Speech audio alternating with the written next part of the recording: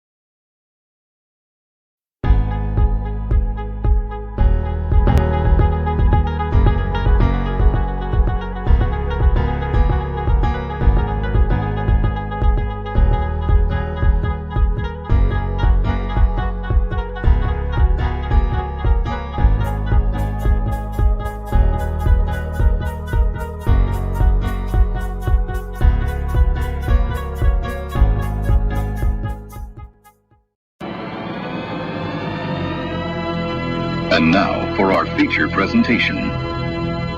He'll be fine on the mountain.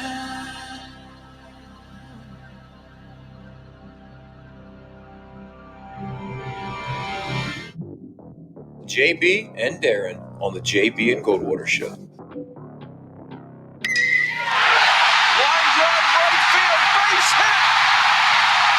South Carolina wins the College World Series.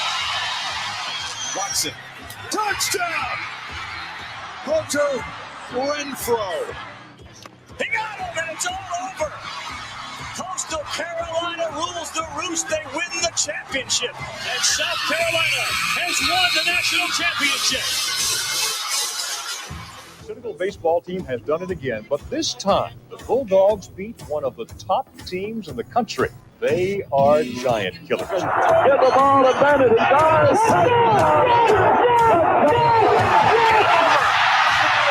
Gamecocks are in the Final Four.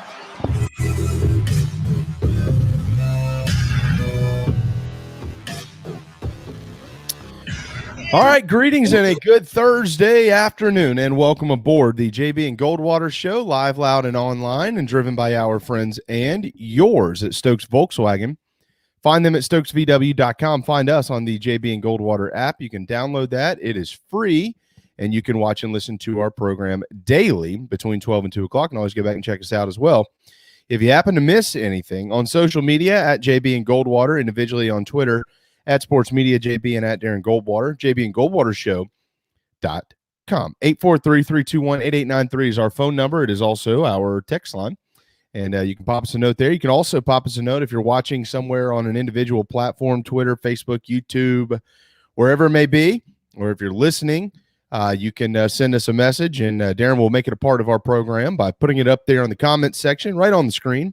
And we'll fuss and discuss as the afternoon rolls along, which does have 3 guests on the guest list. David Shelton at 12:35, Patrick Davis at 1:05, and Scott Glaze at 1:35.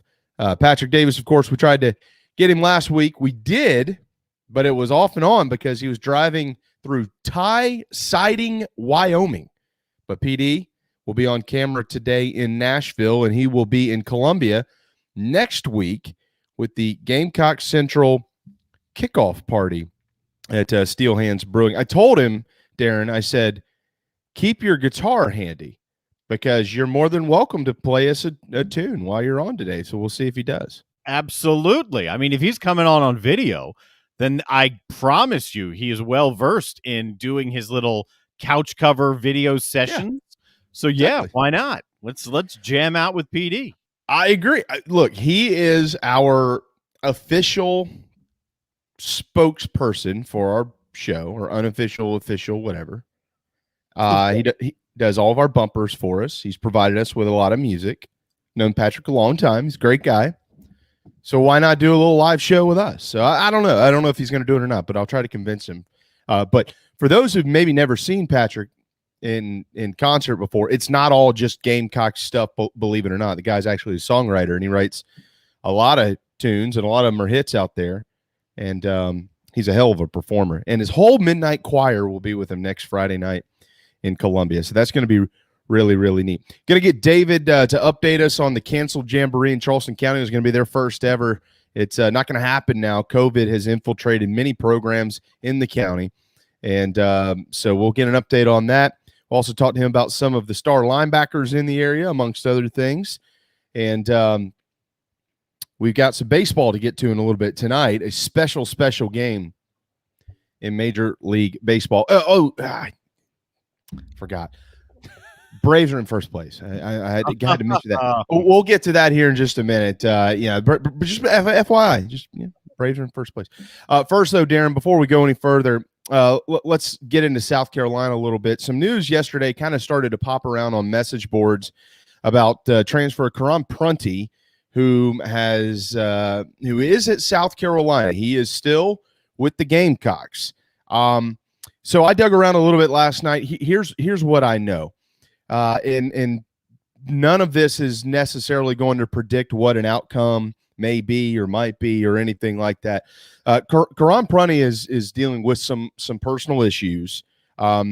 And these are not related to an arrest, or they're not related to drugs or anything bad that you or we have all kind of conditioned ourselves to think over the years. Generally, this time of year when a player leaves programs, not generally, Darren, but a lot of times we think the worst because kids are coming back from summer, something has happened, they get back on campus, something else happens. I have no idea what the details are specific to his situation. I do know, though, they don't have anything to do, as far as I've been told, with anything legally binding, anything that's really bad on that front or anything like that.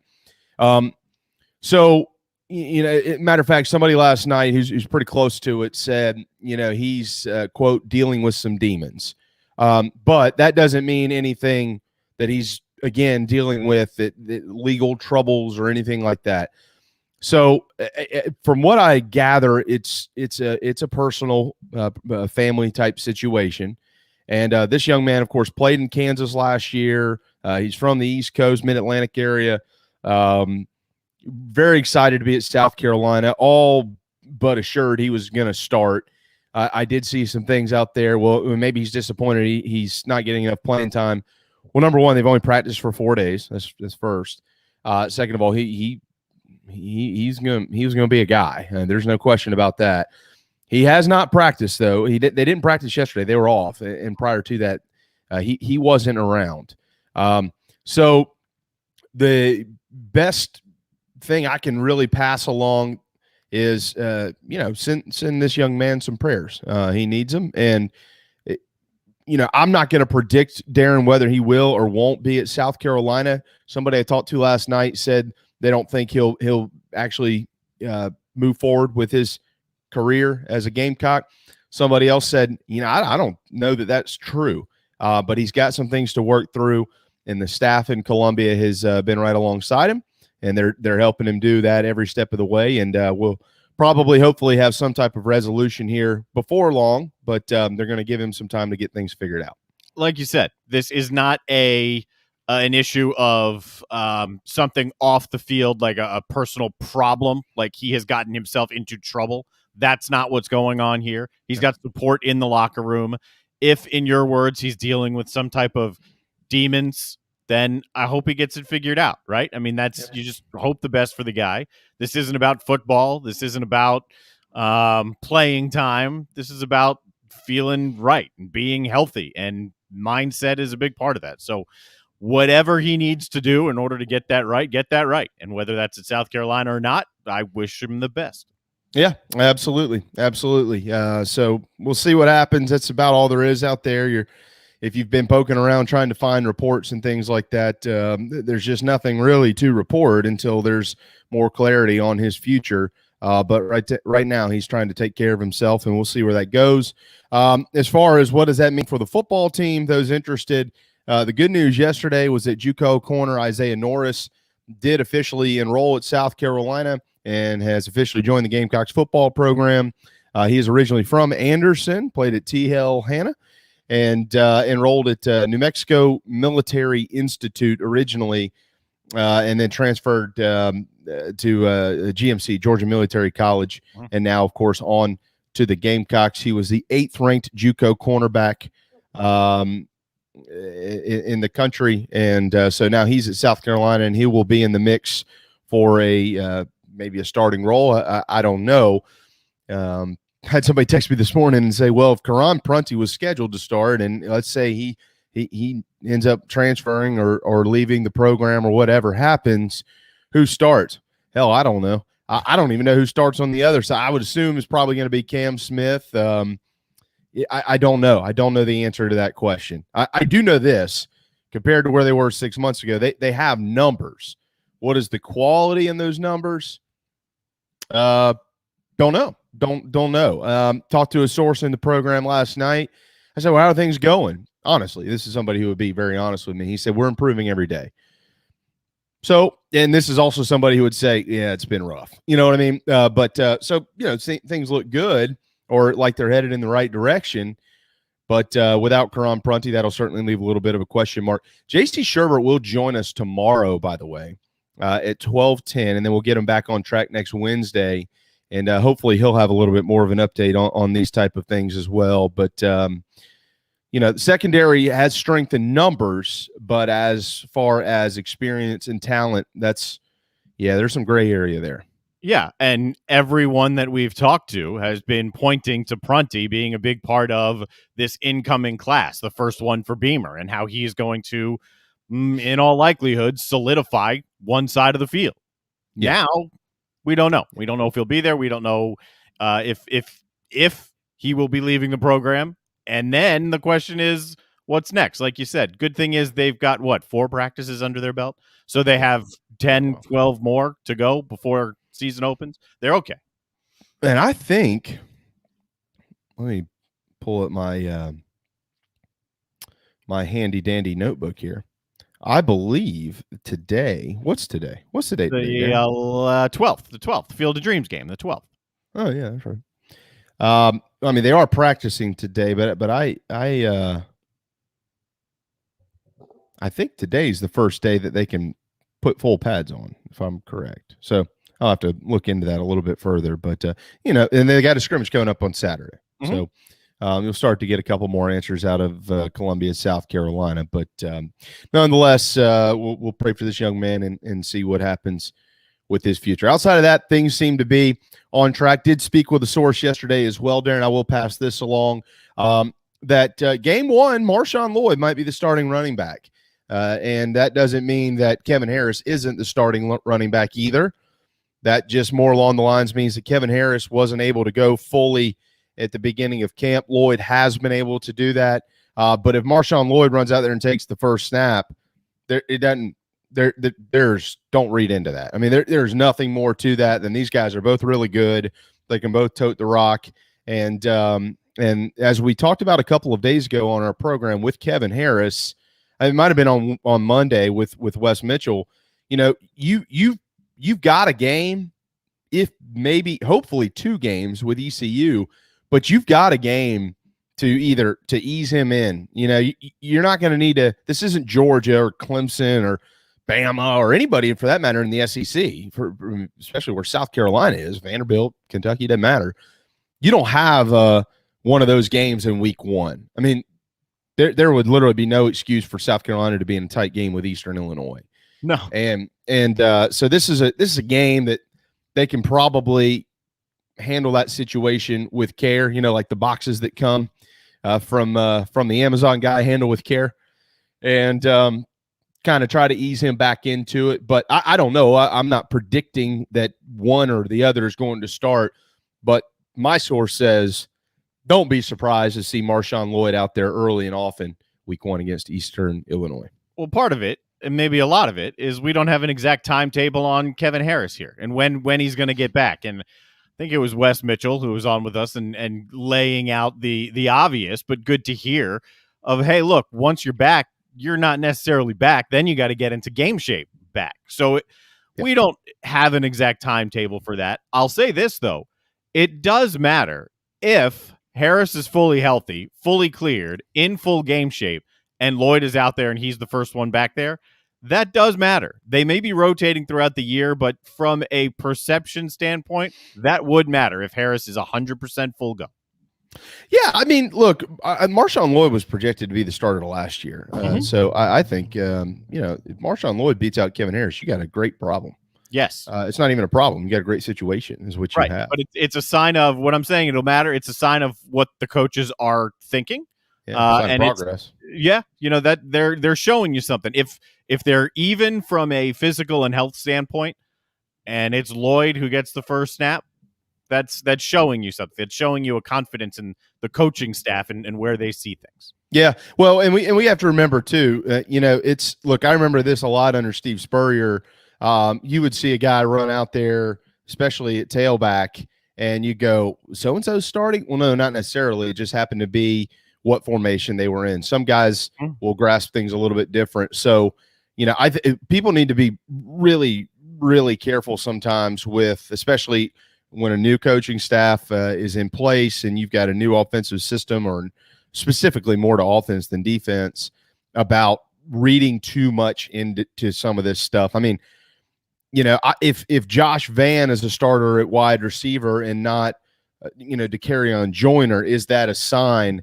I don't actually think it's a sign at all. I think that it might be, well, we're going to go with a little bit more experience, or we're going to go with a guy that understands kind of the concepts of what we're doing here in these type formations early in the game.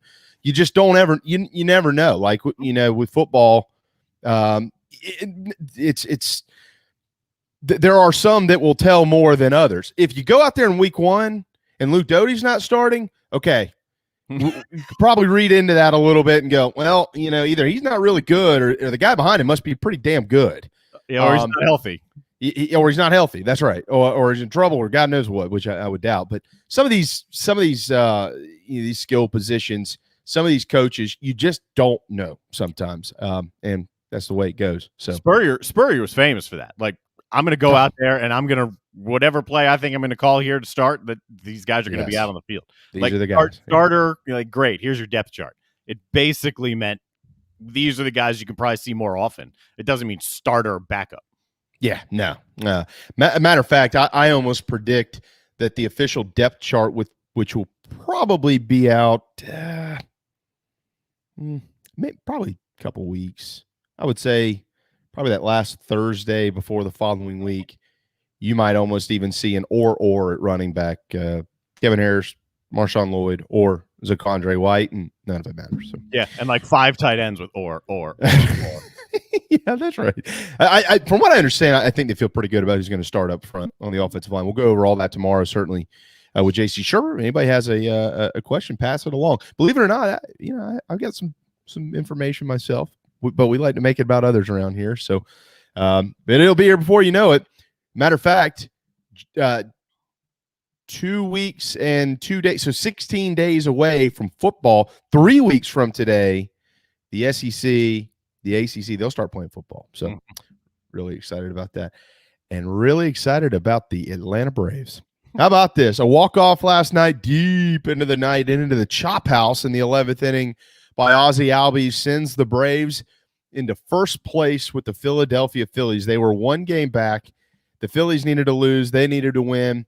And guess what? We're all tied in first. The Mets, though, hey, just 1 game back. New York did win last night. The Braves have won 3 in a row. They're now 8-2 in their last 10. Phillies are 8-2 in their last 10. This is the tightest race in baseball, Darren. I predict it probably will stay this way right on through the rest of the year. Here's the thing, too, right? We were having conversations back in June, and I know that you have these conversations carefully especially because of what the Nationals did in 2019. They were all but out of it, and then they become the hottest team in baseball and they win the World Series. You can't predict things in June. There's some things you can predict. Like we knew in June the Orioles weren't going to win the American League East. Pretty much figured that out. Mm-hmm. But, if you're 5 games, 6 games, 7 games out and it's June, it's kind of silly to start predicting, we should sell. We should do that. People forget baseball, you play 162 of them, and it starts in April and it ends in September. So by my math, if you're in June, you still got July, August, and September to go. Counting what's the rest in June. So they had a lot to go. And, credit to the Braves, man. I don't know if they're going to win this thing or not, but they've battled through a lot. They've hung in there. They've made a bunch of deals. And they're in first place, and it's August. They deserve a lot of credit. A couple of months ago, it looked like the Nationals were the hottest team in the NL East. That's when Schwarber was hitting 8 home runs a day. It looked like the Phillies were on the verge of a collapse. We knew Mets had some issues in their rotation, and those have not been fixed, which is why the one consistent thing here has slowly continued its slide. And the Braves looked like they were kind of a mess too. I was, as a Nationals fan, pretty confident in late June, thinking, all right, like this is starting to shape up the way I would hope that it would shape up. But then as it went through, the injuries got to the Nationals. They hit a slide in the worst possible time, became sellers, and now look the part of a team you don't know who's on the field at any given time. The Braves got hot. They made some under the radar deals, but the guys they went out and got, Duvall has been noticeably good for them. The pitching's held together. And the fact that they're trying to blow games and coming back and winning anyway, that's good. That means a lot for the clubhouse. It means a lot for the dugout. There's this belief of, hey, we can win this thing anyway. I mean, you blew a 5-0 lead last night. There's true. No reason to come back and win. Not only a 5-0 lead, you're just watching it get chipped away, and 2 here, 1 there, 2 more there. And then all of a sudden you're in the 11th inning and you're already down in the bottom of the 11th. And then you come back and win this thing. The Nationals are the only team to beat the Braves in the last 8 games. And the Mets haven't been able to get on the field consistently because they're playing the Nationals now and they're playing the rain. So it was rained out 2 nights ago. They tried to play 2 yesterday, only got 1 in, and now they're playing 2 today. Maybe. It's rare that the Phillies and the Braves would be pulling for either one of these teams, but Phillies and Braves fans are certainly pulling for the Nationals right now to beat the Mets, who did beat the Nationals last night 8-7. You're right; it was a kind of a strange game when the Reds took that lead in the 11th to go up 6-5. You thought, yeah, here we go again. Here we go. And then 2 strikes in the game, 2 strikes left in the game. And Albies, that was a mistake of all mistakes. There's no reason for belt high fastballs to be delivered right down the middle. And that thing was punished. So the Braves are tied for first. All right, real quick, we do have to get to some breaking news here, and it does involve Karon Prunty. And so it is official now, according to Matt Zenitz, who now, of course, works for On3 Sports. He has entered, Karon Prunty has entered the transfer portal. So he will be leaving South Carolina. And we will look to dig a little bit more into this here throughout the afternoon. But Karon Prunty is official that he is going to enter the transfer portal and depart South Carolina. This news being broken by Matt Zenitz just moments ago. So this is literally 1 minute ago from Matt Zenitz with On3 Sports. So, what does this mean for South Carolina? Well, I'm not going to I don't want to sugarcoat this. This is a blow for the Gamecocks. This was the most important transfer that they could have received in the offseason, Darren. I mean, wide receiver, E.J. Jenkins, probably that guy who's going to fill 2 roles there. And then on the defensive side, somebody in the secondary. They had a bunch of secondary guys transfer in, and this one was the most important, who was a freshman All-American last year at Kansas, but he will be departing South Carolina's football program. So what does that mean? Who steps in? Maybe it's Isaiah Norris. Maybe it's somebody else. I don't have that answer, but kind of a catch-22 to the end of last season, where they had to play a lot of guys because of opt-outs. So all those guys have played a little bit. O'Donnell Fortune, Joey Hunter, guys like that. Not sure where they stand necessarily on the depth chart today, Darren, but at least they've played. And they do have some transfers that have come in.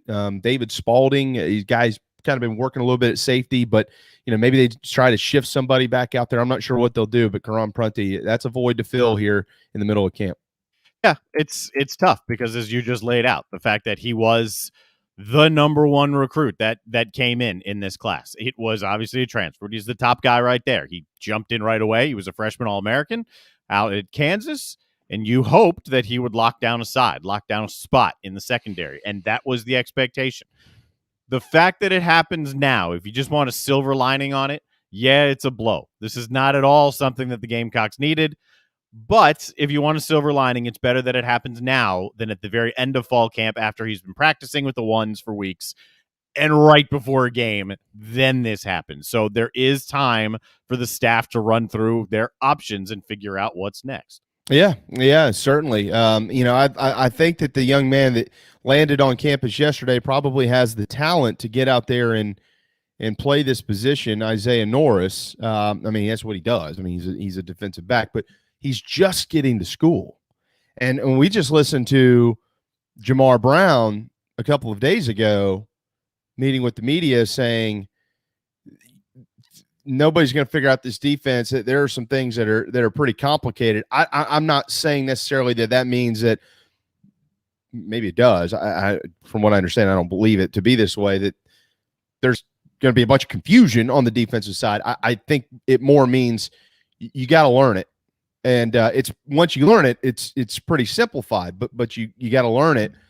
So Isaiah Norris gets to school yesterday, did not go through install, which is spring practice. And, he's summer workouts, a little late to the party here as fall practice has begun. So he's probably going to be behind the 8 ball a little bit. So who is it? Is it Marcellus Dial? I don't know. Is it O'Donnell Fortune? I'm not exactly sure what it's going to look like, but certainly this weekend, Shane Beamer, when he meets with the media following the scrimmage on Saturday, is going to probably expand on this just a little bit more. So, and Beamer will meet with the media probably late afternoon on Saturday, probably somewhere around 5:30. Yeah, you can bet that he will be asked that question. He'll probably, get to it before he's even asked. He'll probably just open up and tell you about it because he knows people want to know. Speaking of Shane Beamer, a little plug here for Rob Fowler. He does a podcast, the chief meteorologist over at News 2 here in Charleston. He does a Get to Know podcast. Shane Beamer is the next guest. I don't know when it's going to be released, but I know it's been taped. So I've been waiting on this. You remember the conversation we had with Rob about this, right? Yeah. Were you there, or did you already leave at Debbie's? I'm not sure. It was at Debbie's. It was at Debbie's, yeah. So we talked to Rob at Debbie Antonelli's house. Mm-hmm. That was back in May. Yeah. The 24 hours marathon. And Rob was talking to me about that. He actually kind of asked, he was like, do you think Shane would do this Get to Know You podcast with me? And I said, man, I can't speak for Coach Beamer. And, I would say send Steve Fink an email. And, but he was really excited trying to kind of, coordinate some of that. And we're in August. So good timing for Rob right before the season starts. But that's really neat. Rob's one of the best. And I've watched a couple of those. They're pretty neat. And so that'll be really, really fun. It's more of he's not going to sit there and pepper him on depth charts and things like that. It's a deep dive into the life of whoever's guests are. Get to know the person behind the face that you know. It's a get to know thing. That's right.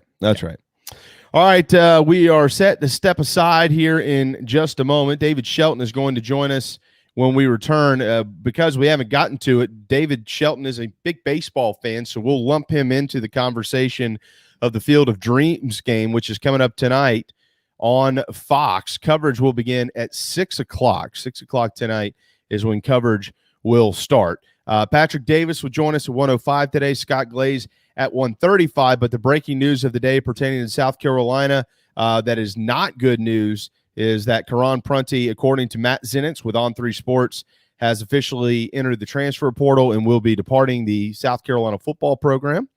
And South Carolina will be looking for a projected new starting cornerback.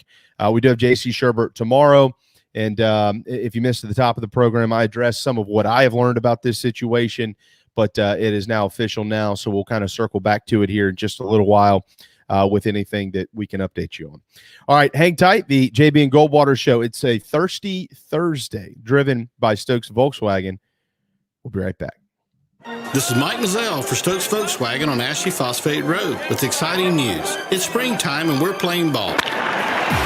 Most dealerships don't have any inventory, but at Stokes Volkswagen we do. So we're playing ball on every new Volkswagen in stock. Every new Volkswagen available with zero down. Qualified buyers can sign and drive with interest-free financing for 60 months. Remember, Stokes Volkswagen on Ashley Phosphate Road is the fastest, easiest way to sell your car and get the most money for your trade. Plus, we'll take any trade in any condition, paid off or not. Is your credit in a slump? Strike two. If you've got $500 down and you make at least $2,000 per month, our lenders can get you approved. So if you want to strike out, that's okay. But if you want to hit a home run and save on a new Volkswagen, come see us today at Stokes Volkswagen on Ashley Phosphate Road or StokesVW.com. $1,666 per month per $1,000 borrowed for 60 months at 0% APR with zero down. Plus tax tag. Includes $499.50 administration fee. Subject to VCI credit approval. Expires month end. Peace and love at Stokes VW.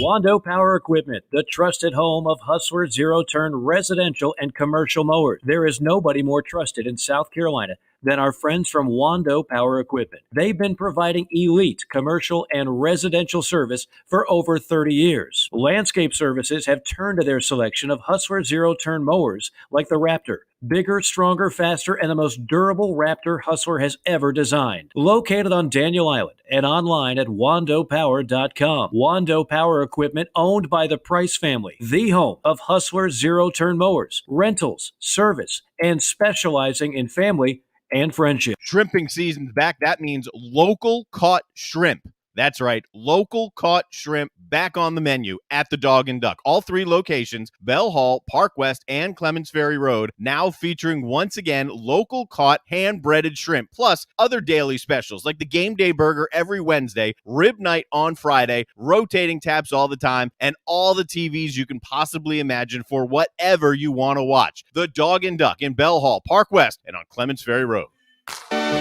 Okay, what's going on today, huh? Anything to talk about? All right, greetings and a good Monday afternoon. Greetings and a good Tuesday afternoon. Greetings and a good Wednesday afternoon, and welcome aboard. All right, greetings and a good Thursday afternoon. Greetings and a good Friday afternoon, and welcome aboard.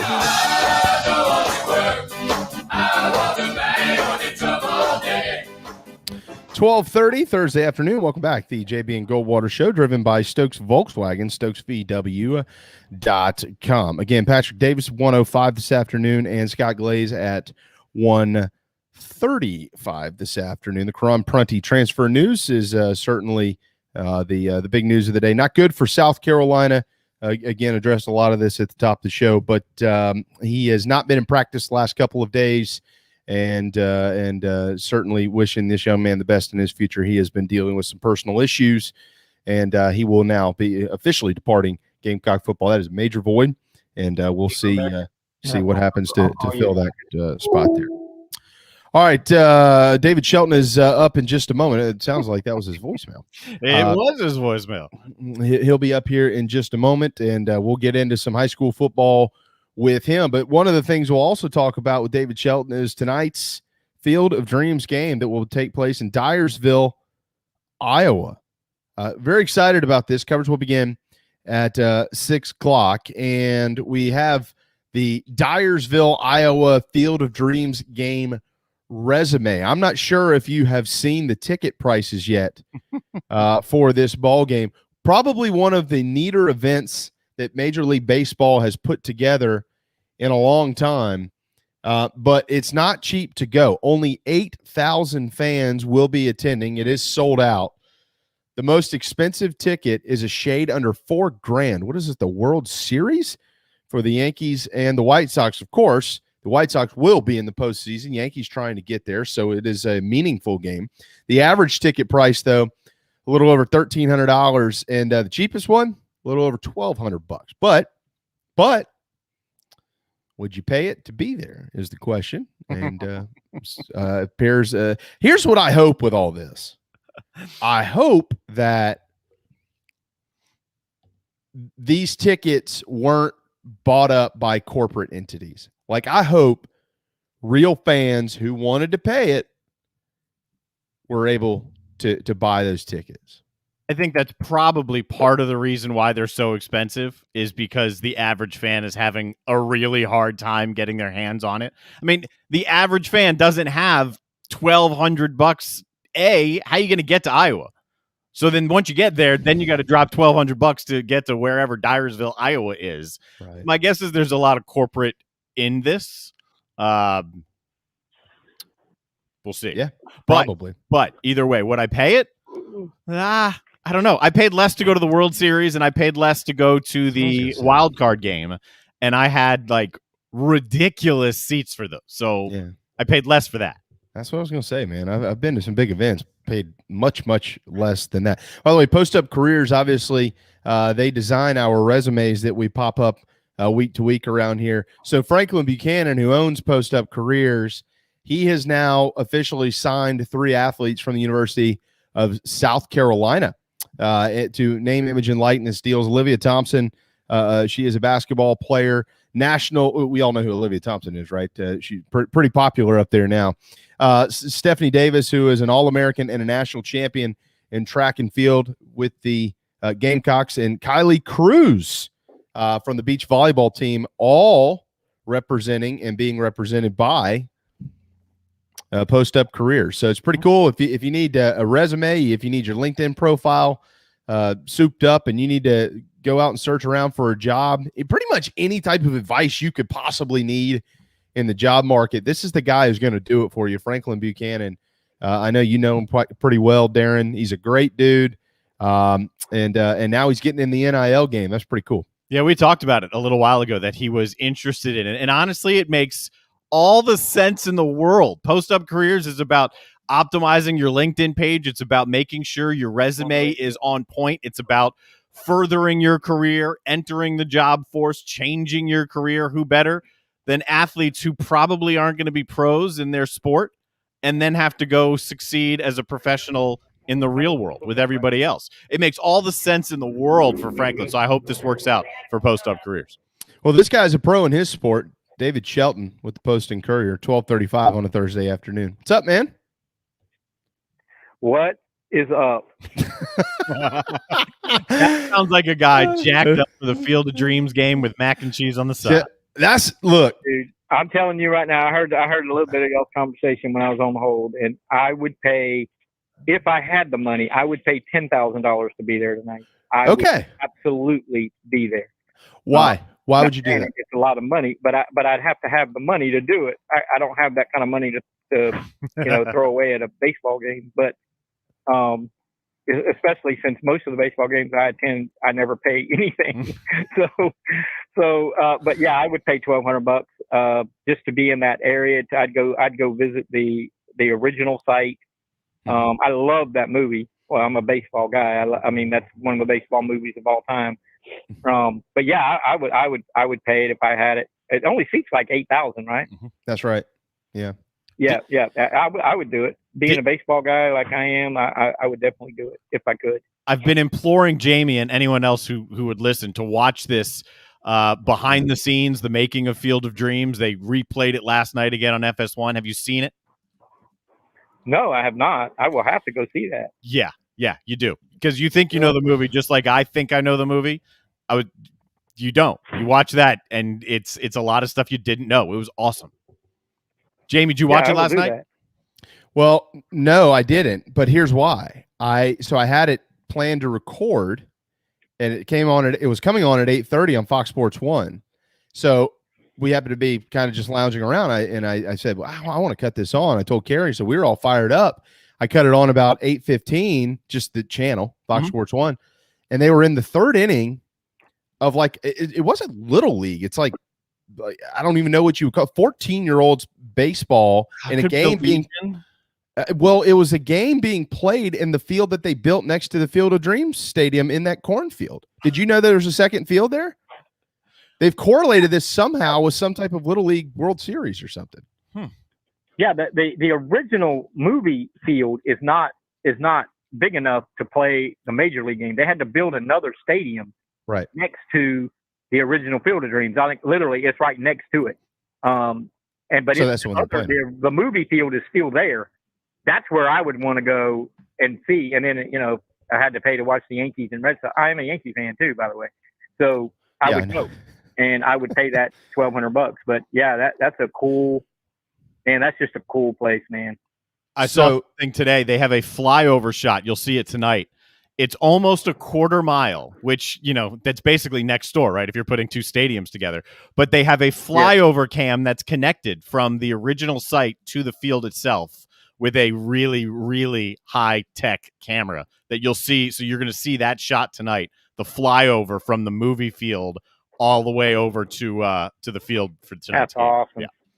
Yeah, I'm all in for that. Well, then that must be the game that was being played last night on Fox Sports 1. Again, it said something about Little League World Series, but these kids were 14.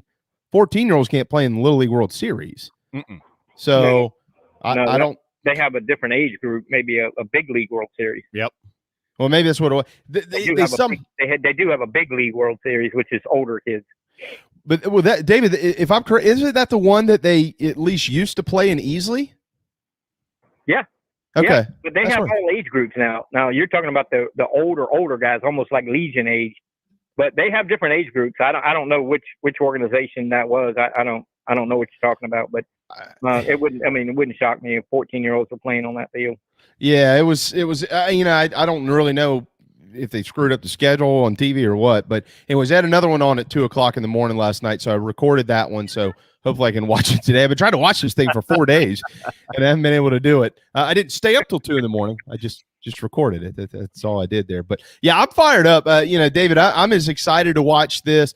So I know we got you on to talk about high school football, but you're a baseball guy at heart.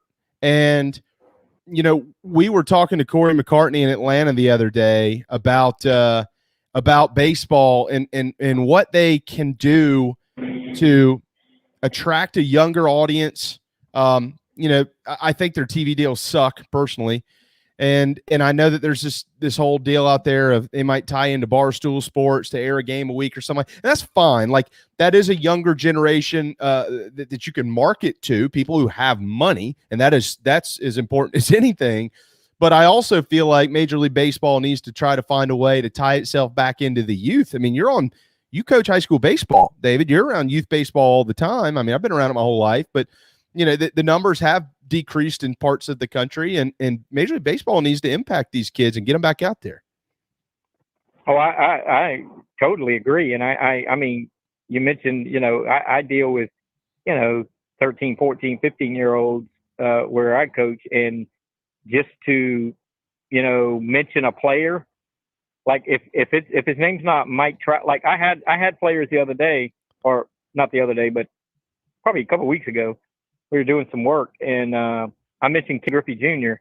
And they looked at me like I was talking about some guy that played in the 1800s. And I'm like, holy moly, Ken Griffey Jr. Like, are you kidding me? Like, he's one of the best players of all time. 600 and something home runs, great defensive, 10-time Gold Glove. And they were like, no, never heard of him. I'm like, it made me sick. They don't know who Pete Rose is. They don't know Ken Griffey Jr. Now they know Mike Trout, and they know Ohtani, and they know, Chipper Jones, and all these guys.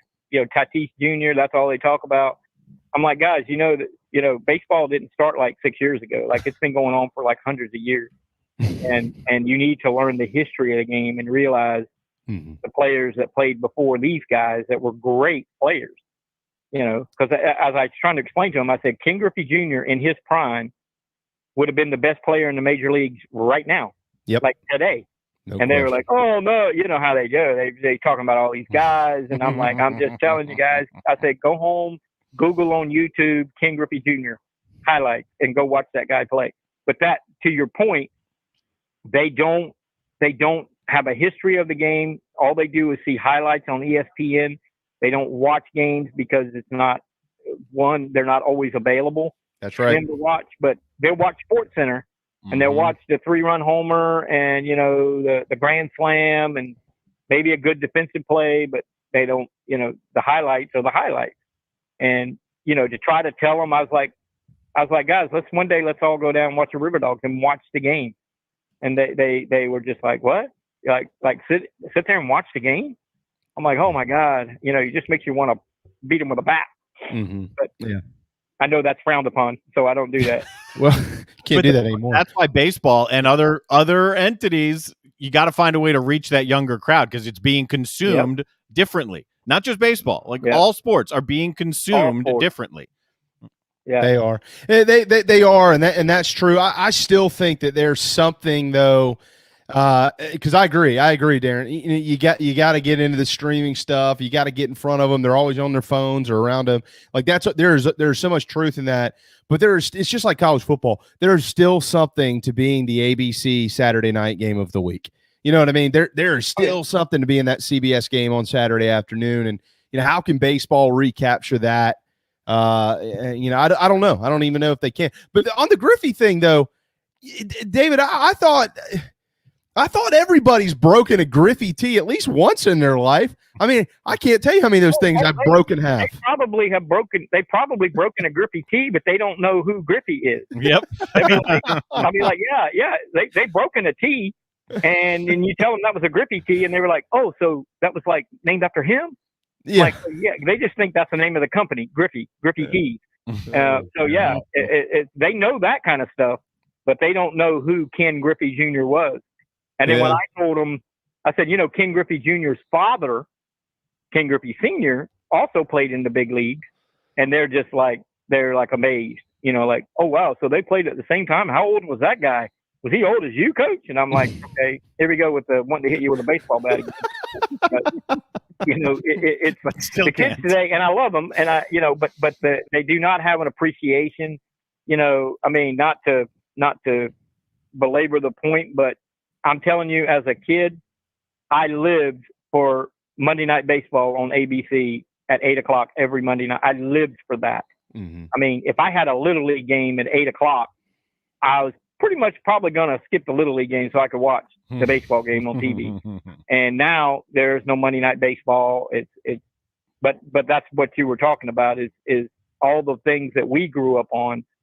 They don't even because it's all dollar driven, and advertisers aren't going to pay for an ABC Monday Night Baseball or Saturday on NBC Saturday afternoon NBC Game of the Week.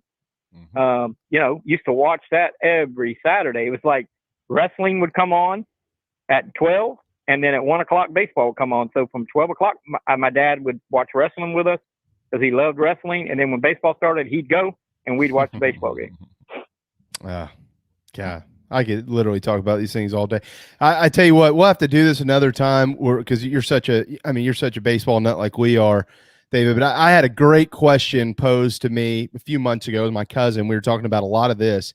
He said, if you could go back in your lifetime, guys that you grew up with, not today's stars, guys you grew up with, and start a baseball team with 3 players, guys that I grew up with, so it'd have to be my generation of players, right? Who would they be? I said, oh, that's easy. Greg Maddux, Ken Griffey Jr., and Kirby Puckett. Those are my dudes right there. That'd be 3 really good ones. Yeah. 3 really good ones. Loved watching those. I go back a little farther than you because I'm a little older than you. I'm probably a lot older than you, to be honest with you. Just dad. But I mean, Pete Rose would be on my team without a doubt. He'd be the first player selected in my draft. And then, probably somebody like, I loved Johnny Bench growing up. He kind of made me want to be a catcher until I figured out that you get a lot of foul balls hit off your face mask and it's just not comfortable. And your balls. I didn't want to be that guy. But, the Cincinnati Reds training camp was where I was at as a kid in Tampa. Before the Yankees came in, it was the Reds. So all those Reds guys, those big Red Machine guys, they trained in Tampa before the season. So I kind of became a big Red Machine fan. And then, I'm not a Reds fan now, but I was a big Red Machine fan. So I would take just about Tom Seaver. Oh my God, I love Tom Seaver. Just a great pitcher, kind of like Greg Maddux, and I argued with these kids the other day about pitch counts and I said, Greg Maddux could throw 85 pitches in a 9-inning game. Yep. I was like, you got pitchers now that can't get through 5 innings with under 85 pitches. I said, it's all about throwing strikes. I was like, Greg Maddux threw 92, but he had great movement, but he threw strikes. You know how to pitch. And now, I mean, Max Fried, God love him, he's going to be a great player. He rarely goes past 5 innings because he's at 100 pitches. Yep. I mean, it's hard for me to tell pitchers, hey, throw strikes, keep your pitch count low.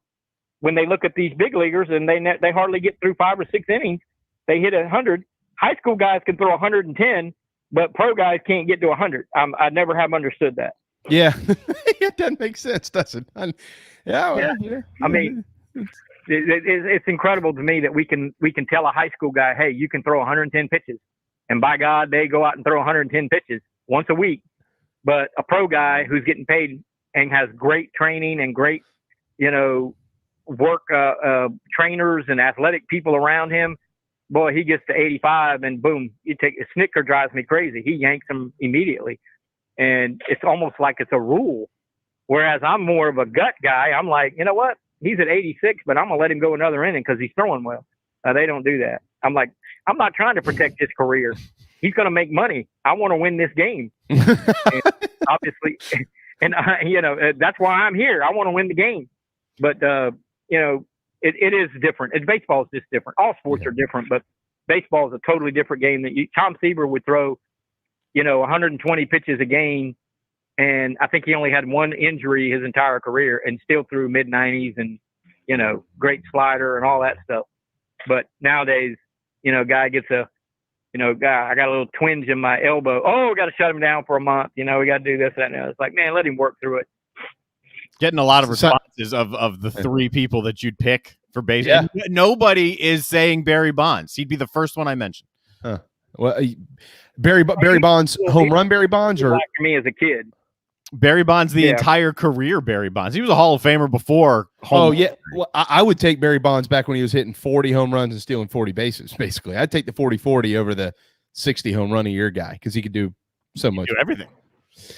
Oh God, we should do this more. By the way, Cy Young would never survive in today's game of baseball. He pitched every game back in his day. Yeah, he'd be like, "Are y'all paying me extra for this?"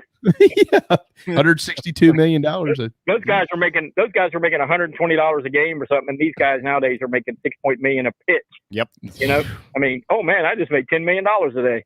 I know, unbelievable. We've talked right through our segment basically. We'll wrap up with some football. David.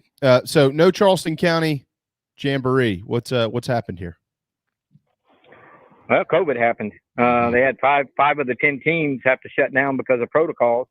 And I want to stress that it's not, someone asked me today, they DM me on Twitter and said, man, are all these teams do they all have COVID? And I'm like, it's protocol.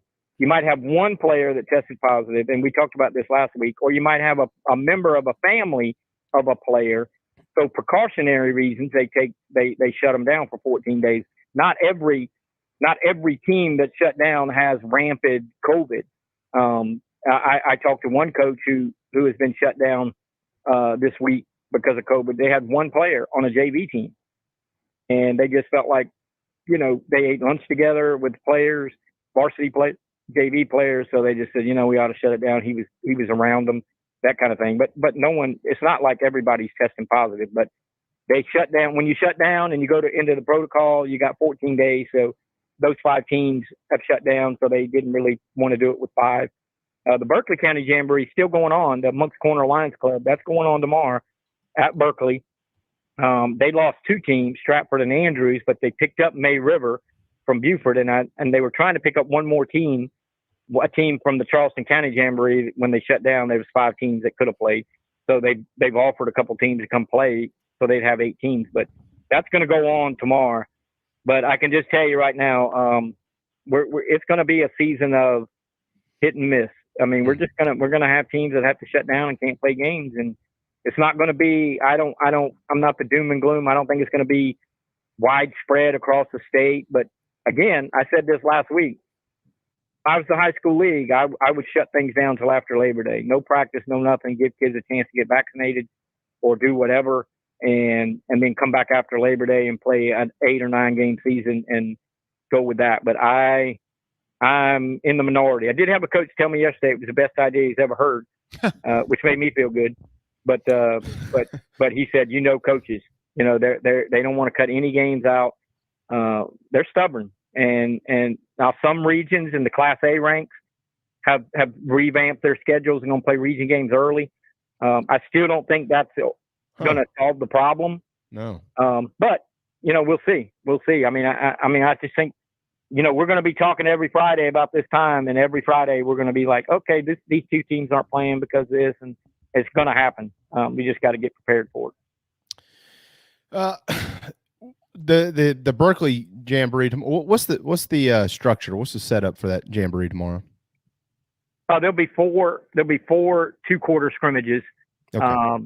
2 teams will play a half, and then 2 more teams will play a half. So it starts at 6:00. Okay. So basically, 2 complete games, a couple of hours. They'll play 24 minutes, and then 2 teams will play. And so there's 8.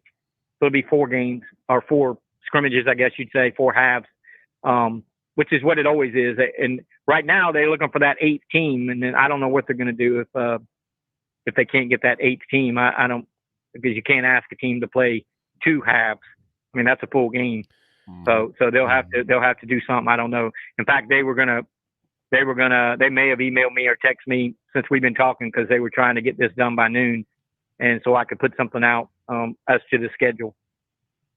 Yeah, it's I don't blame them for playing, but it's almost interesting to me that a lot of these jamborees with the situation at hand that they're even that the league's even allowing them to happen, or the county or whomever, and B, that the schools are even choosing to engage in them instead of just trying to get into the season as unscathed as possible, particularly here when it comes to COVID.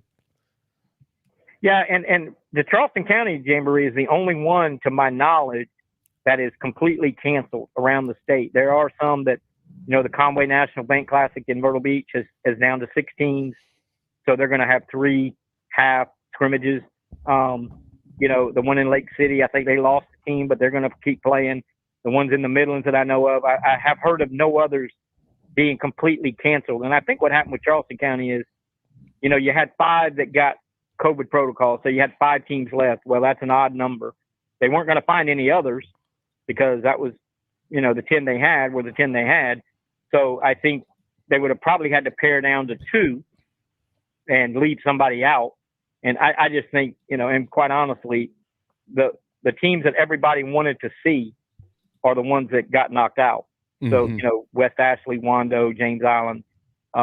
So the marquee games, the marquee teams that would have brought a lot of people were out. So there just wouldn't have been, really it would have been a waste of time. I'm not knocking the other schools, but, there weren't going to be 25 people from North Charleston come to watch the Cougars play. Right. And it's just the way it is. So I think their original idea with the original field of teams was a good setup. But once those bigger schools had to pull out, I think it was a smart thing to do. And the Moncks Corner Lions Club, if they had lost 1 or 2 more teams, they would have probably folded theirs as well. But they only lost 2 and they replaced 1, so they were only looking for 1 team really. So they figured to go ahead and do it. But I'm kind of like you. I'm like, what's the big deal? Let's just not do it and give these teams a chance. It's all going to come down to vaccinated players. I'm not a proponent or an opponent of vaccinations. I'm not, either way. I haven't been vaccinated yet, but that was more due to some of my health issues. But I'm going to get vaccinated. But that's what it's going to come down to. These high school age kids are getting affected by this variant, and they need to get vaccinated if they want to play their season. We're going to see what's going to happen. I'm not so concerned about the 3rd graders and the 1st graders and the kindergartners, like some people are. I'm not, because I just look at the numbers. But the high school kids are getting it more than they got the original COVID. Yeah. There's no doubt about that, David. It's I think you hit the nail on the head, man. It's going to affect high school football as opposed to college football. Where these policies are all in place. Most of these. But they got 85% of their players are vaccinated. So if you lose one, 85% of 110. That's a lot of players. They have the resources to do that. Right. The money. High schools don't. Yeah, that's right. Right. The money. Yeah, that's what I'm saying. Yeah. The resources, that's them money. Mm-hmm. That's right. They can test players every day. They can do whatever they have to do to make sure they're healthy. So I don't think college football is going to be affected. It's going to be very minimal. But the high schools don't have that kind of money to test kids and to, basically bring a doctor with a vaccination kit and do it right there in the indoor facility at Carolina or Clemson. They don't have that. So I think the high school kids are going to definitely be affected. I don't think there's any question. That's why I was kind of proposing a 2-week moratorium, shut down, and then let the coaches educate the parents. The parents are the ones, because they're minors. They got to approve it, but educate the parents on, okay, your son's a senior. If he wants to have a season, we might need to do this, because otherwise he may not have but 4 games in his senior season, and or if that. So I think you got to be real careful, because I would never tell somebody you got to have a vaccination. That's not the way I operate. But I would say, if you want to play, if we want to have a season as a team, we need to get as many people vaccinated so we can protect you. Yeah. Because dude, class hasn't started yet. Yeah. Right. Start this week. Wait till they get 1,800 kids in the school. The chances of a football player avoiding that for the course of 10 weeks are very minimal. It's going to happen. Right. So, that's what a coach told me last night. He's like, dude, we open up our doors next Monday for 1,200 students. How am I gonna protect my football team? And unless they're vaccinated, there are a segment of every team that have been vaccinated. West Ashley's got 12 or 13, and I think Wando has some, and Bishopingham's got 12 or 13. Now those numbers have come up. This was when it first happened. So I think you've got the attention of some of those kids. But some of these schools that have not been shut down, maybe they're playing with house money right now. I mean, they're pushing their luck, in my opinion. Oh, it's yeah. I mean, I hate to look at it that way, but you're right. It's going to be very few, if any, teams that make it unscathed through football season. Right now in the Posted Courier, David Shelton has the top linebackers in the area listed down here in the Low Country. We got about I could stretch it one more minute if you want to mention a couple of the names on this list. Well, I mean, as far as the seniors, I think Caleb Edwards from West Ashley's, probably certainly the most experienced linebacker in the area. Ashley Ridge has 3 junior linebackers that are all really good. In fact, I'm working on a piece for next week. I'm breaking down the positions, who has the best positions, like who has the best linebackers, who has the best offensive line, best defensive line, best quarterback and receivers, best running backs, best secondary, best special teams. And really, it's going to be a lot of fun. Ashley Ridge, even though they're all juniors, but they're 3 really talented juniors. So, they may be the best linebacking core in the Low Country without a doubt. But Caleb Edwards is probably the top guy. Carson Arnold at Oceanside Collegiate is another senior. It's been offered by the Citadel. Both these kids will get more offers as the season goes, but they're both very experienced, very talented, hard-hitting kind of guys. My guy Shane Fiddler out there at Ashley Ridge, stockpiling those linebackers. All right, they got to find some. They got to find some other guys, but those linebackers are going to make plays. They're going to be okay on defense, but and last I checked, the linebackers aren't playing quarterback, and they need to find a quarterback. So I'm sure they're working on it, but that's going to be an area of concern with them. Offensively, scoring points is going to be a concern, but their defense is going to be all right. They're going to be good.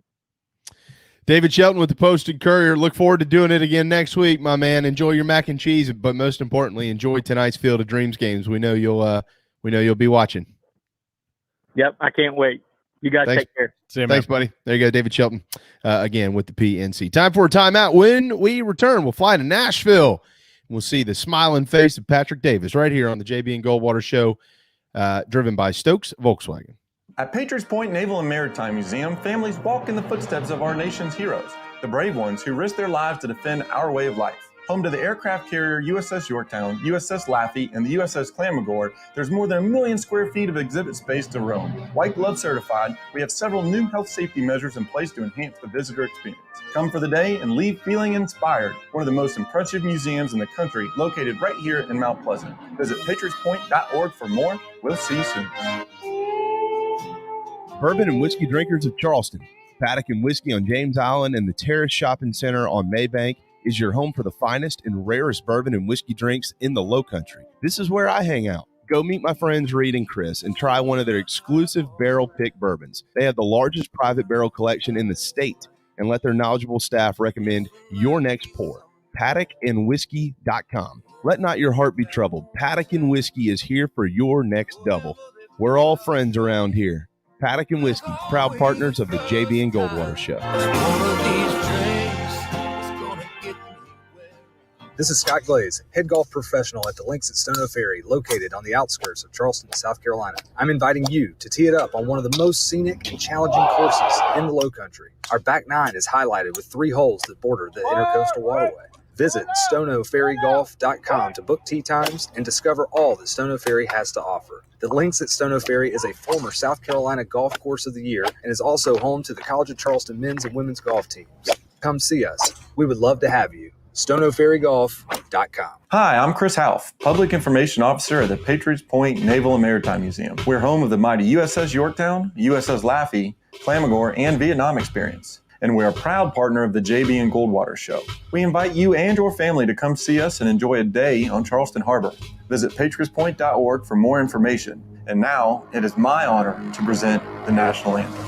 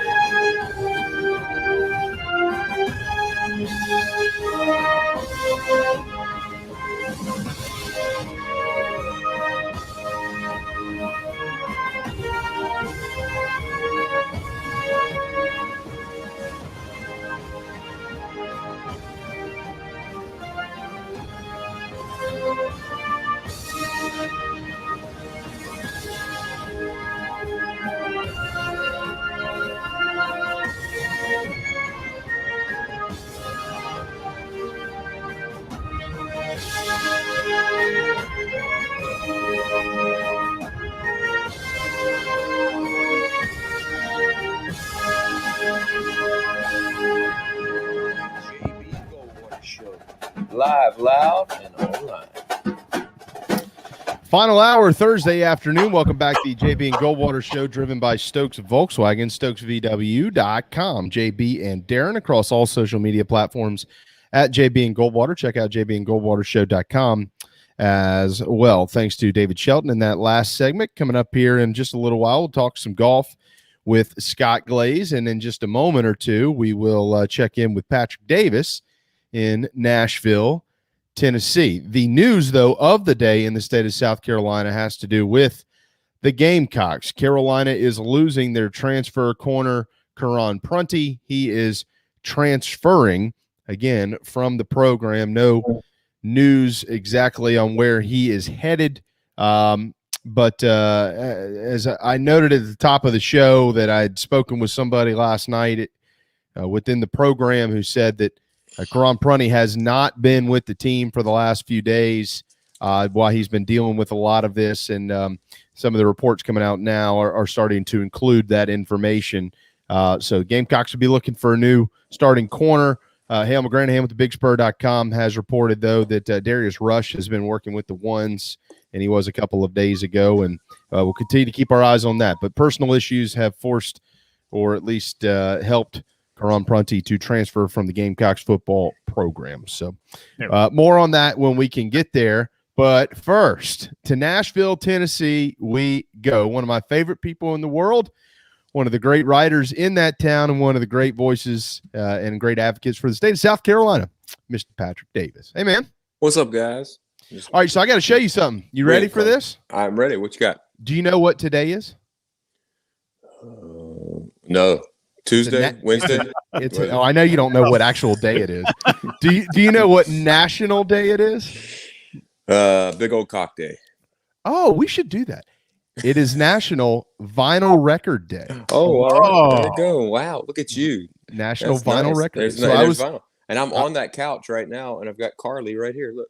Yeah. Hey, Carly. She's 17 years old, still rocking. Whoa. Oh, man. Yeah. Oh, she's way older than us. Yeah, way older.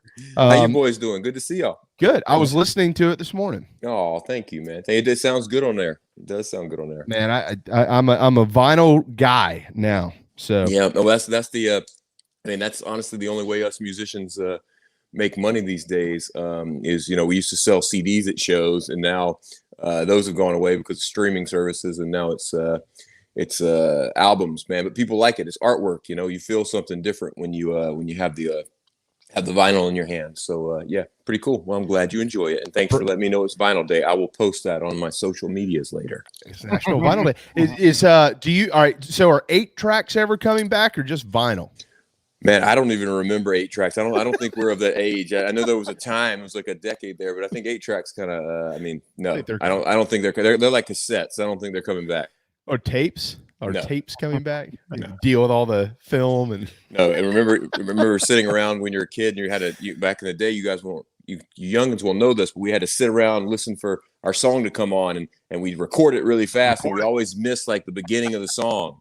Like, like the first few seconds you wouldn't be there, but it'd be like, wah, and go in. Yeah. So. That's right. Dude, I did that. I used to, when I was a kid, I wanted to be a DJ. And so I would do that. How else are you going to make your crush mixtape and give it, and get that girlfriend in 5th grade or whatever? Yeah. And dreams come true. You are a DJ now. Look at that. That's a good point. Yeah. We spent a lot of records around here. There's no doubt. So, all right, before we get to the Gamecock stuff, because next Friday, you're 8 days out, you'll be back here and kicking off football season up there in Columbia. Looking forward to that. Recap the West Coast trip. I know you're going to go back out there. You got Sip Napa and all that, but so all right. Hold on. I saw one of your pictures from the antique store in Tie Siding. Yep. I've been there. That's the only thing that's there. Yeah, it's not even open anymore. It's closed down. Me. Yeah, out there in Wyoming, I think if you start a business, it's basically you're the only person crazy enough to do a business in Wyoming, and if you die, closes. So the lady that owned that apparently died, and the whole thing, the antique shop and everything there is gone. But it's a beautiful place. We went to Laramie, which where your family is, and we went up and hung out. We didn't make it to your donut place, but we went up for a day and had some actually ate some really good Thai food, which is incredible. That's what they told us. They were like, let's go eat Thai. It's really good. So we went there. But man, it's a beautiful spot. The wind there is like I've been to Iceland a number of times, and it reminded me of Iceland because it's just a big, the wind's like it's so big sky country, and the wind was like 70, 80 miles an hour. Just during the morning, you'd walk outside and knock you over. But gorgeous, and I'm fascinated by the fact that our ancestors decided that that's where they wanted to settle. Yeah, I tell Carrie's dad all the time. I'm like, I don't get it. It snows like 9-10 months out of the year, and it's windy. I don't mind it. It's beautiful. It's incredible. It's so good for the soul when you're out there. Lauren loves it. I mean, like she just can't get enough of it, and it is beautiful. But you went the right time of year. Yeah, I'm just saying I can't imagine like being on a horse and buggy and being like, so let me get this straight. It snows pretty much the whole year, and it's 70-mile-an-hour winds, and there's people here that want to kill us because we're not supposed to be here. I'm like, yeah, that doesn't make any sense to me. But it tells you how bad things had to be where they were coming from. So out of struggle comes good things. That's what, like the Gamecocks, out of terrible, good's on this way. Nice segue, boys and girls. I hope so. So, some tough news for Carolina today. Hopefully, Karon Prunty is okay. But was he like supposed to be a stud, or what was it? What was the deal? Yeah. Only a freshman All-American who was going to start at corner. Shit! Wow, that sounds about right. That sounds about right for us. That's about right for us. Like you said, out of struggles come good things. You just need more struggles. Well, he was that kid that was from Kansas, right? That just kind of fell in our lap or something. Picked Gamecocks over Tennessee and a couple others. There were some big names that were after him, but wow, he's got some personal things going on. He's home. So anybody know what's going on with him, or is it just personal? I've heard some rumors, but I wouldn't say that publicly. I just don't know. I just don't know how true it is. I mean, it's not like he's not in trouble, or it's not like grades or arrests or anything wild like that. It's a family type thing. deal. Yeah. So that's a long ways away from home, though. I mean, Kansas to I think he's from Virginia actually originally. Oh, okay. Because when he got signed, J.C. Sherbert and those guys.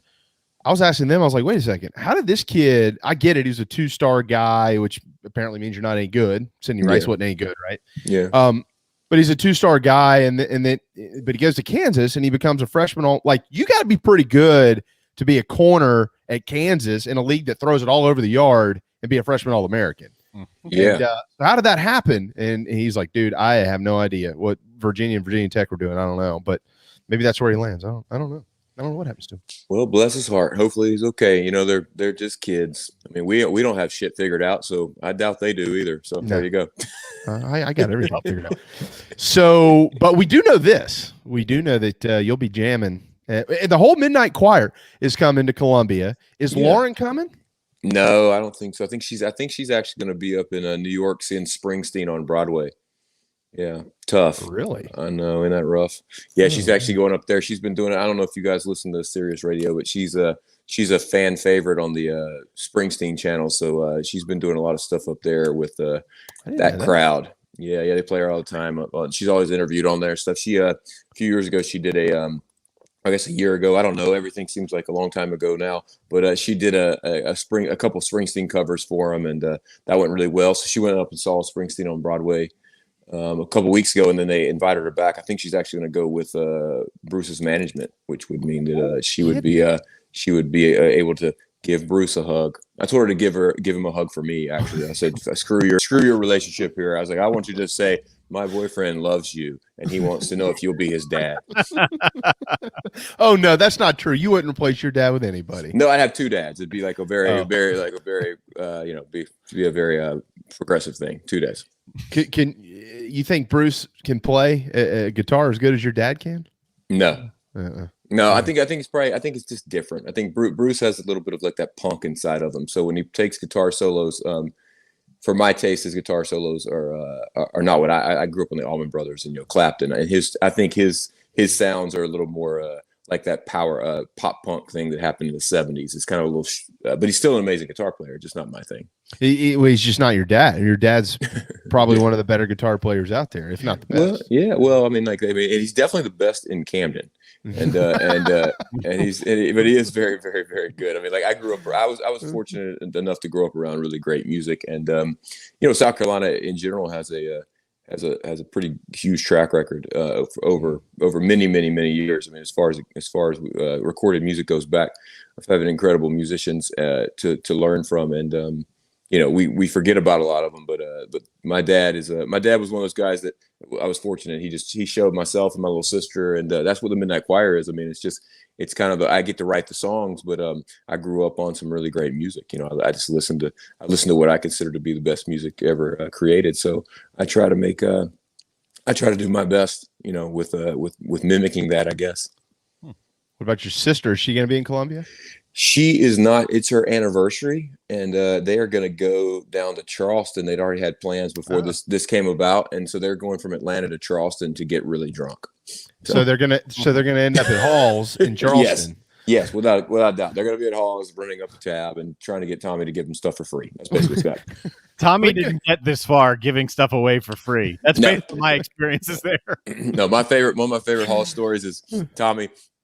I've known him forever. I knew him before they were Halls, and but I would go in and my friends would be like, "You know what they did to me today?" I'd be like, "What?" They'd be like, "They said you want a drink," and I was like, I walked in, they were like, "Yeah," so they brought me a drink, and then they charged me for it. I was like, "Well, yeah, that's right. Rent's expensive down here." Yeah, man. Well, I mean, at least you'll be able to go to Halls in Columbia next week when you're there. Oh yeah, no, I'm going to come down and do it. But I'm excited. Steel Hands. I haven't been to Steel Hands yet. The Gamecock Central boys, they reached out to me about possibly doing something, and with Shane coming into the program, I feel like there's a better energy around Gamecock, sports in general, but definitely football than we've had in a while. And nothing against, Muschamp was nice to me. We did a couple charity things together, but there was a couple years ago, when we lost to North Carolina in that opening game, I remember I don't really go too crazy on sports stuff. I know they're kids, they're high school kids, or they're college kids now. But we lost that game, and I just noticed. I said, "There's something wrong with this program." And I remember I went on a tirade on I posted a thing and said that we need a change, and I never do that. I said we need a changeover from the top down. We need some stuff to happen, and I got kind of. Corey Miller thought I was right, but everybody else was like, no, we're fine. And I think that's really what we did need. And there just seemed to be something with the DNA that was a little off. And look, we're South Carolina, so I don't think we're expecting us to be perennial national championship contenders, but I do think we should be an 8 to 10 win football team pretty much every year. And if we're not every now and then, well, that shit happens. But and I think that's where we weren't headed that way. And I don't think any of us felt that we were headed in the right direction. So Beamer coming in right now is the honeymoon phase, and Shane's very he's young, he's energetic, all that stuff. So right now he's everybody's favorite, but we'll see when they get popped in the mouth in a few weeks. We'll see what happens. Yeah, I mean that's the thing. PD, you've been around this program a long time, and I try to equate what we've seen in the first few months to what we saw in the first few months of Will and Steve and Coach Holtz and on backwards. But you're right. Like it is the thing with Spurrier is even when you lost or if you had a bad day, you got your rear end kicked, whatever it was, you still felt like you were headed in the right direction. People can deal with losses. You're going to lose. We know that, but are you headed in the right direction? Because you can go that way, all while losing at the same time. But with Will, there was that glimmer when they came back and beat Michigan. It was like, well, okay, But then, like you said, they turned around and just plopped in 2018, and it was just. I'll tell you what the turning point was for me. We were talking about this the other day with somebody. Darren, you'll have to remind me as soon as I say it. The Florida game in the Swamp, beating them 31-14 in 2018 and lost the game. Yeah. Oh, it was Keith, I think. It might have been Keith. Yeah. From there on out, the air was just out of the balloon, man. It was out I think it showed I don't think he was X's and O's. I don't think that was his strength. I think that he had a couple of times that it was obvious that he was outcoached.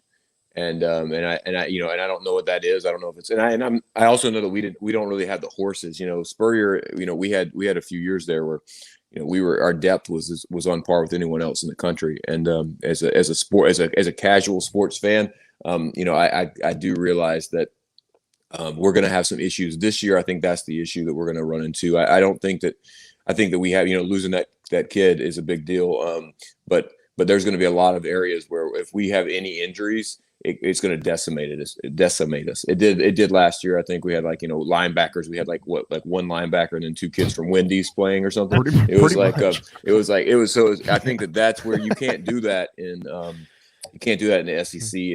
With big time college football, you just can't do that anymore. It's just that, they have, Clemson's got 3 deep, 4 deep at every position. They can plug somebody in, and maybe the third guy's not quite as good as the first two, but the first two. And so that's what we had. That's what we had for a moment. And then, truth is, Spurrier left us high and dry, and we all know that.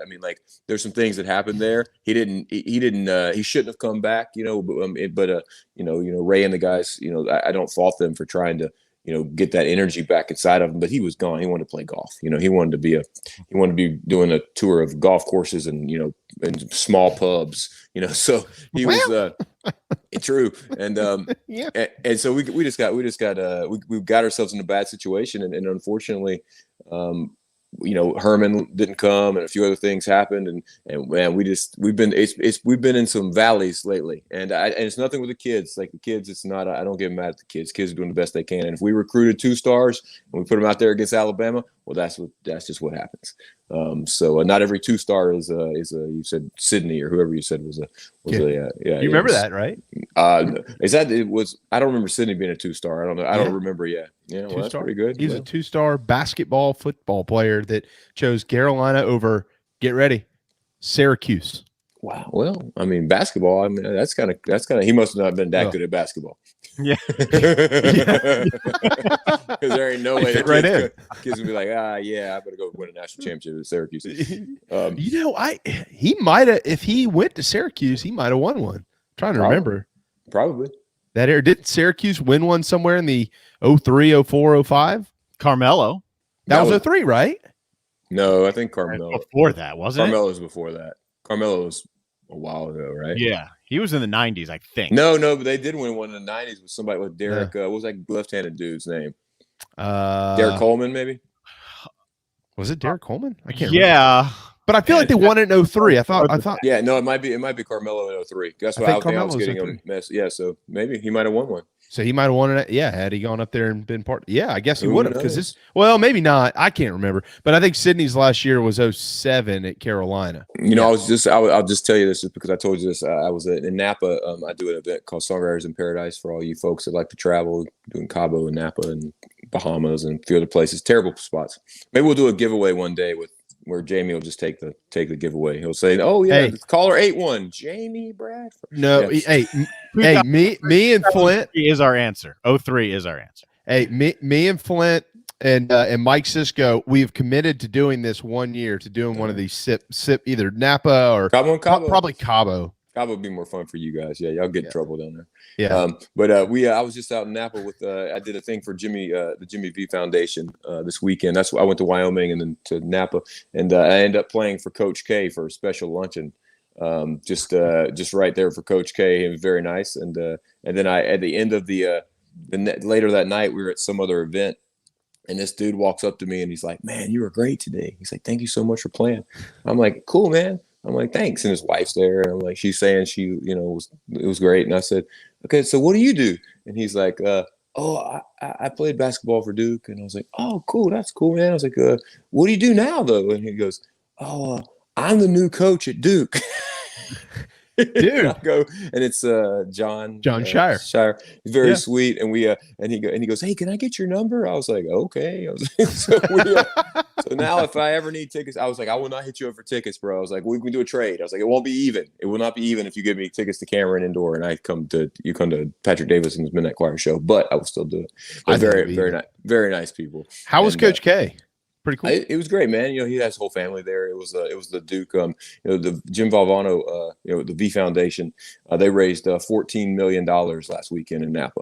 Holy moly! Yeah. They do some amazing events, and so we did a thing at a place called Gargiulo Vineyards. Did a little lunch for about 30 people. It was like all the Duke guys. I met everybody. I don't know anybody's name. The only person I knew was there was like two guys from ESPN. I don't know which guys they were. I can't remember. Jay Williams. No, Jay. I've met Jay before. Randomly at an event. No. I don't mean like players. It was two guys that were ESPN pundits or whatever. Okay. I know the guy, but anyway, it doesn't matter. And then and then his family was there. And but yeah, we hung out, and he was very nice. And I sat right in front of him and played a couple songs and told him that I was a big old cock. And did you play that one? Did you talk to him about the regional in Greenville in 2017? No, it was actually funny because see, like I'm a basketball fan, of course. I mean, I love Gamecocks, but I don't really play that. I had no clue who this John Shire guy was. I knew Coach K was, what was funny was I was like, hey guys, it's like, so I went to the University of South Carolina, great. I wrote a song. I told him about the, big old cock and I didn't think anything. I just glossed right over it. I was like, oh yeah, we beat you guys. I remember that. I remember that. But I'm sure they probably got enough trophies to forget that memory. He was really sweet, and I played him Carolina When I Die, which is a newer tune about South Carolina, but I told him he could make it about North Carolina today if he wanted to. But he was very, very kind, and like I said, I mean, like those guys that if you were to see, hung out like Carmen Policy, I hung out with him the other night, just randomly at a bar, and just me and him in the corner of a restaurant, and it's just funny that world comes together. I mean, it is very. Sports, I know we sit here and we bitch about each other's teams and everything, but sports bring everyone a lot closer together, and especially for causes like that. I mean, Jimmy V's been gone for, I remember him as a kid. I'm sure he's been gone for 30 years or something. But this charity, the V Foundation, you guys look it up.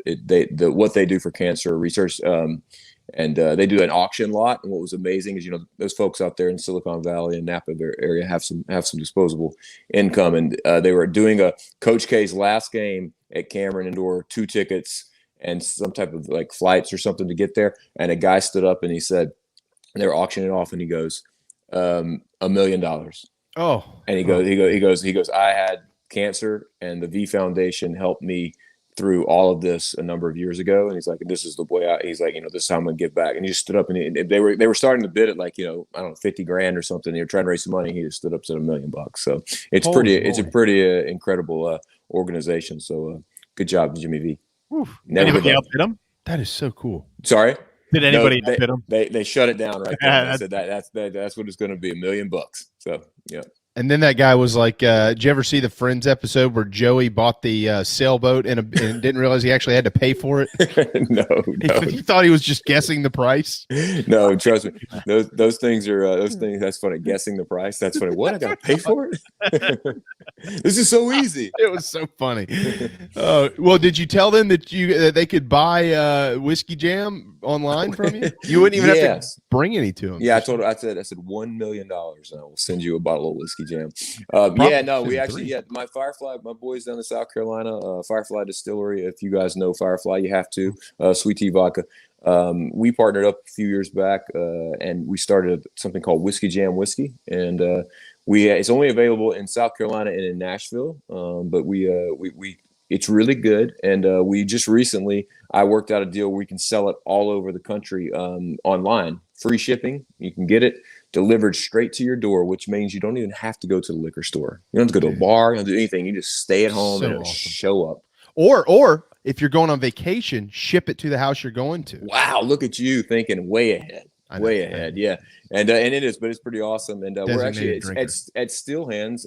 They're actually if you buy the VIP ticket at Still Hands, there's going to be a whiskey jam bar for you. I think you get like 4 or 5 drink tickets for free. And but yeah, so we're slowly. And I also just found out that it is going to be served in Williams-Brice this year. No way. Yeah. Hot damn. Where in the Cockaboo Suite? That's where I am. Well, we're gonna. There's gonna be, I don't know. There's like 20 different places they sell liquor. So we're gonna find out which ones, and I'll make an announcement of where it's gonna be. I can't. Yeah. This is what excites me. I've been going to, like you, Patrick. We've been going to Carolina football games since we were kids, born. Yeah. And starting last year. I wasn't having to smuggle my flasks in anymore. Yeah. So like I literally was, where I sit, I have access to the Cockaboo suite. So I just went, and I'm just, but now, so are they going to have both? Are they going to have Blackberry? Because Blackberry's my jam. It depends on if I got to make it, Blackberry, you got to make it, it has to be a cocktail. And I don't know how much cocktail making they make it. Do they do anything besides like Coke and whiskey, or do they actually have bartenders, or just yeah, they have bartenders. But bartenders that can make drinks is what I'm asking. I mean, I guess. Yeah. I'm trying to think of what all we ordered last year. It was mostly bourbon and ginger without the ginger. Well, okay. Well, yeah, that's good. That's good. It's fun. Well, you can. Well, the Blackberry is incredible with the one I always like is the Blackberry lemonade. So as long as they have some sugar-free Simply lemonade with some Blackberry whiskey jam, it's kind of hard to beat. It's only 72 proof, so you can drink it all day, and you can do a whole radio show like you are right now. It'd be completely fun. But, I have done that. Yeah, the straight whiskey jam 90 proof is that's probably the easier one for them to utilize. But I'll make sure if I ask them about the Cockaboo Suite, I'll say that JB needs some. He's going to need some Blackberry for his. You have to smuggle. Now you have to actually. It'll be funny. You can actually smuggle in lemonade, and they'll be like, "Oh, that's what true. is in this flask?" And they'll be like, "It's lemonade. What's that for?" It's like, "It's for my Blackberry whiskey jam." This keeps like the groom at the wedding. You got a special section over here of alcohol that nobody else can touch. Nobody else knows about this section. This is just for Jamie. Yeah.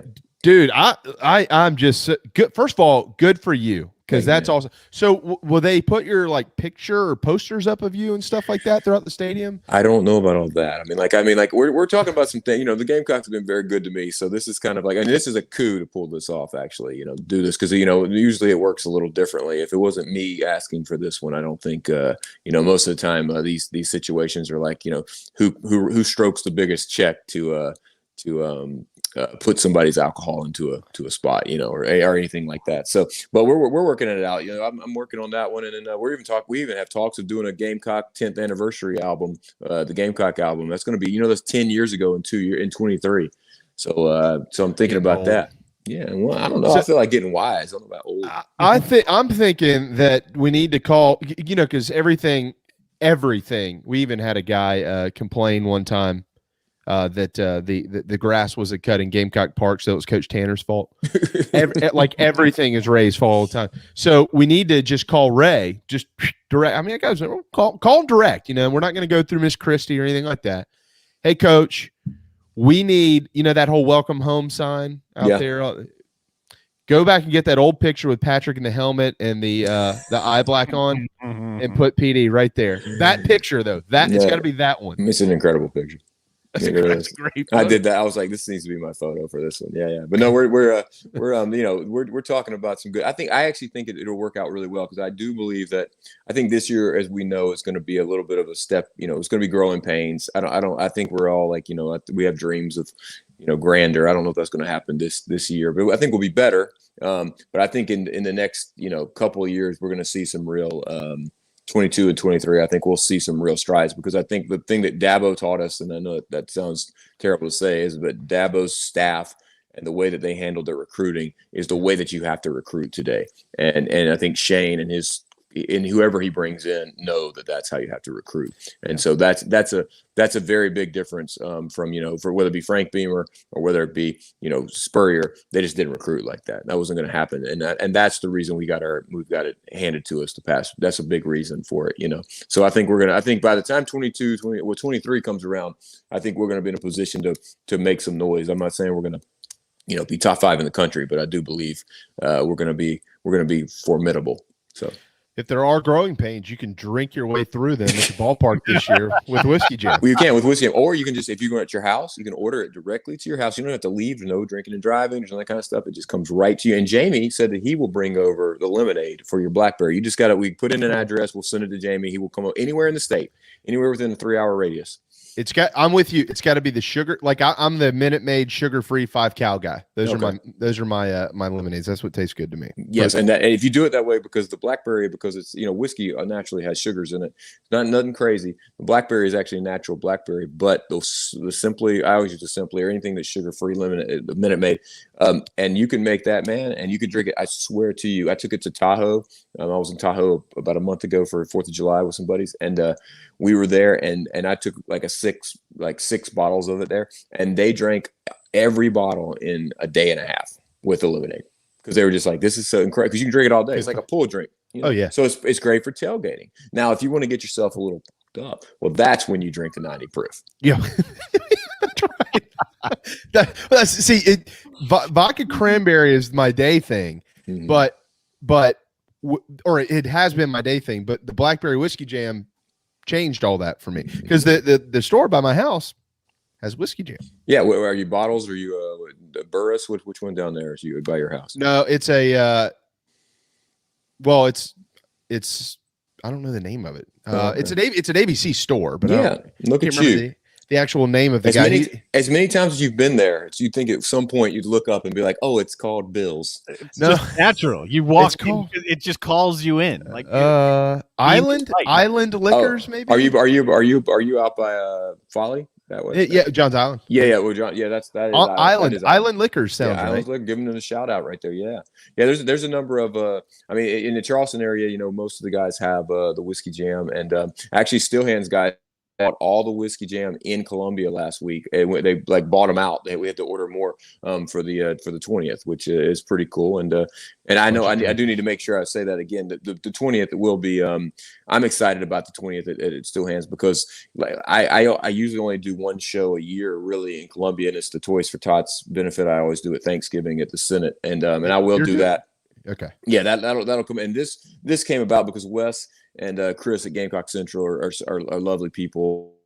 They keep me actually up to date with a lot of Gamecock stuff. I follow Gamecock Central up here, and I'll look, whether I'm in Wyoming or I'm in wherever, on tour somewhere, I'll look up Gamecock Central just to see what's going on. And so they asked about this, and I told them, I said, this could be something that I believe should happen every year. And I told them what I look at with Shane is this is like a revival. And in Midnight Choir, I always say that we're kind of like a revival. I'm kind of like a preacher when I'm up there. And I say that this is a revival for Gamecock, athletics. And I think there's a feeling of a rebirth kind of thing happening here. So this is a big deal and that we should do it. And this was the only day I could do. My schedule's so crazy. I was like, I have 20th of August. I know it's not perfect, but can we do this? So we're August 20th. And I think this will become, the Still Hand guys are really wonderful to work with, and I think what's going to happen is we'll do this every year. We're going to try to do a kickoff party because I think that the Gamecock nation needs to come together and understand that that we're all in this shit together is what I always like to say. But I think that's what we need to think about here is that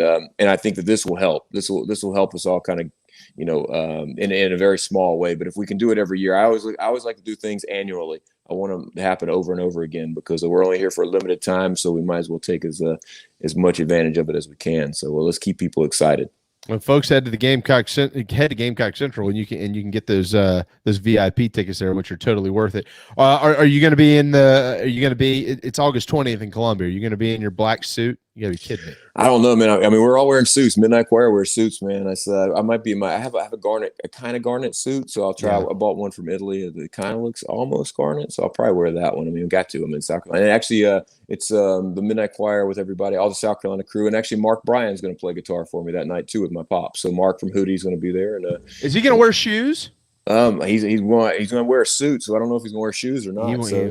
He probably not. He can't do it. But it ought to be a lot of fun. And old Haney will be there. Old Michael Haney. We'll get old Haney up there. What a dude! He's out there playing music now. I know. He's playing. He's gigging. Well, Mike Morgan is coming up to Nashville to call the opener ETSU and Vandy on September 4th. Okay. And he said he already talked to Haney, and Haney's going to be on the road. He's a big star now, so he's going to be on the road. So he said, well, maybe you can pass me Patrick Davis's number for somebody to just kind of show me a bar or a restaurant. So I have a bar. Cool? Yeah, of course. I mean, you have a bar. You go to Never Never, and I'll be in Alaska. But yeah, on September 4th. Yeah, I'm going from Napa to Alaska. Yeah. Do they have TV up there? You can be able to watch the Gamecocks?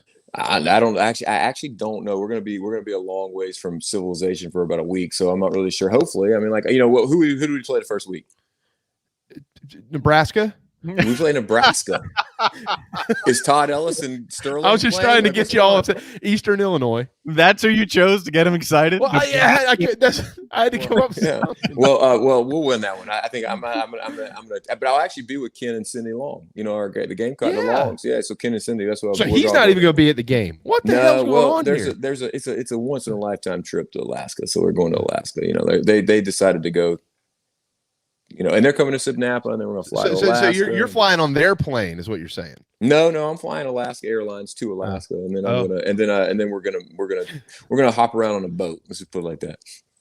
Nothing better than being on a boat in Alaska. Hey, and I'll have some whiskey jam, you know, because I can get it delivered even to Alaska. You can even to Alaska. WJWhiskey.com, boys and girls. Better order it today. Yeah. That's right. Well, on that note, we got to let you run. Do you have your guitar? Do you want to play something real quick? Or you don't have it? No, I don't have it right now. We'll do this again before the season. We're gonna do this again. We'll do it again. I'll come in. I'm starting to release new music. My new album's gonna come out the beginning of next year. So I'm gonna start releasing some singles. So I will come on and I will play. I'll make a JB and Goldwater song just for you guys. Oh yeah, we'll need that. It is National Vinyl Record Day. PatrickDavisMusic.com. You can get your vinyl record. He might even write on it like you wrote me. I did. I wrote a lot there. I said, man, one day you're gonna grow. You're gonna get taller. You're very, very handsome yet short. It's all good. Love you, PD. But you talk for you have beautiful voice. Beautiful voice. All right. Hey, thank you guys so much. And I like that. I like this. It actually worked. It wasn't like when I was in Wyoming when it just cut out that word. So, yeah. Hey, I got to send you one of these shirts. These are our shirts. All it says is it's time for Carolina football. Oh wow! I got to send you one. You got to wear it. You got to wear it on stage somewhere. Yeah. And tell Mike to hit me up. I'll give him a list of places he should go, and he'll probably come back up again to do other games too. So yeah. Knowing Mike, that broadcast career keeps him. Yeah. He's badass. Yeah. He is something. He's a special dude. So are you, man? Hey, look, I'm trying to make it up next week. Trying to figure out this thing with kids and wife and all that. If I can figure that out, I'll be there. Bring all of them. Bring them all. I'm sure that'll be no stress. Just bring all the little ones the whole time. Yeah, I don't think I'm gonna do that. I got a stressful enough 3 months coming up. It's called football season. No, I'd like to just enjoy this one. Well, thank you guys for having me. And always Patrick Davis Music, and you can find all that stuff. And I will see some of you at Steel Hands, and come on down there. I mean, like, there's nothing wrong with Friday night in Columbia. Come on. Oh, absolutely. Friday night in Columbia is where you don't get into any trouble. No. Thanks, right, buddy. Boys. Hey, I'll talk to you soon, man. Thanks, PD. Thank y'all. Later, guys. All right, brother. There you go. Patrick Davis in Nashville, Tennessee, here on the JB and Goldwater show. You want to just skip through the break and just go right to Scotty so he doesn't have to wait too much longer? Yeah, that's fine. He'll pop in because he is the one guest who's got this down pat, right? He understands that he will watch because we never get to him on time. Yeah. And then when he decides that, they're going to go to break, I'll pop in. Yeah. So that's what's happening. Wherever he is, he's in his office. He's always in his office. He's now just figuring out, okay, now it's my time. So now we should put a stopwatch on him to see how long it takes for him to pop in. Well, nonetheless, here in just a moment, we'll speak with Scott Glaze, and I've got a golf story to tell him. So I got to get his input on something here, Darren. But that was fun. It's always so much fun to catch up with Patrick. Unfortunately, last week the feed wasn't the best as he was out there in beautiful Tie Siding, Wyoming, which, by the way, is halfway between Fort Collins, Colorado, and Laramie, Wyoming. But as you mentioned, if you want whiskey, if you've never had whiskey, I got you whiskey jam, didn't I? Did I give you a bottle of whiskey jam? Or did I not? I have not had. I have not had whiskey jam. We talk about it enough, though. I may as well just next time I'm at Dog and Duck. I bet they got it. Yeah, it's everywhere. It's something special. They need to sell whiskey jam at Stono Ferry, StonoFerryGolf.com. Segue. Hey, Scotty. What's up, guys?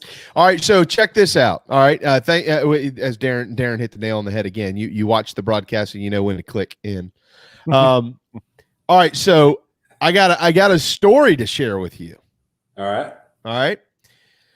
So I, for the first time, was invited. Didn't have to pay for it, luckily, because you'll know what I mean by that in just a second. On Sunday to play at Turtle Point. Nice. First time I've ever played there. This was this past Sunday. This past Sunday. Played out. Wow, what a course! Beautiful. Matter of fact, the starter said, "Hey, about a week and a half ago, Shane Beamer was out here." So I guess he just forgot football season was coming. No, I'm just kidding, Coach. But so awesome course.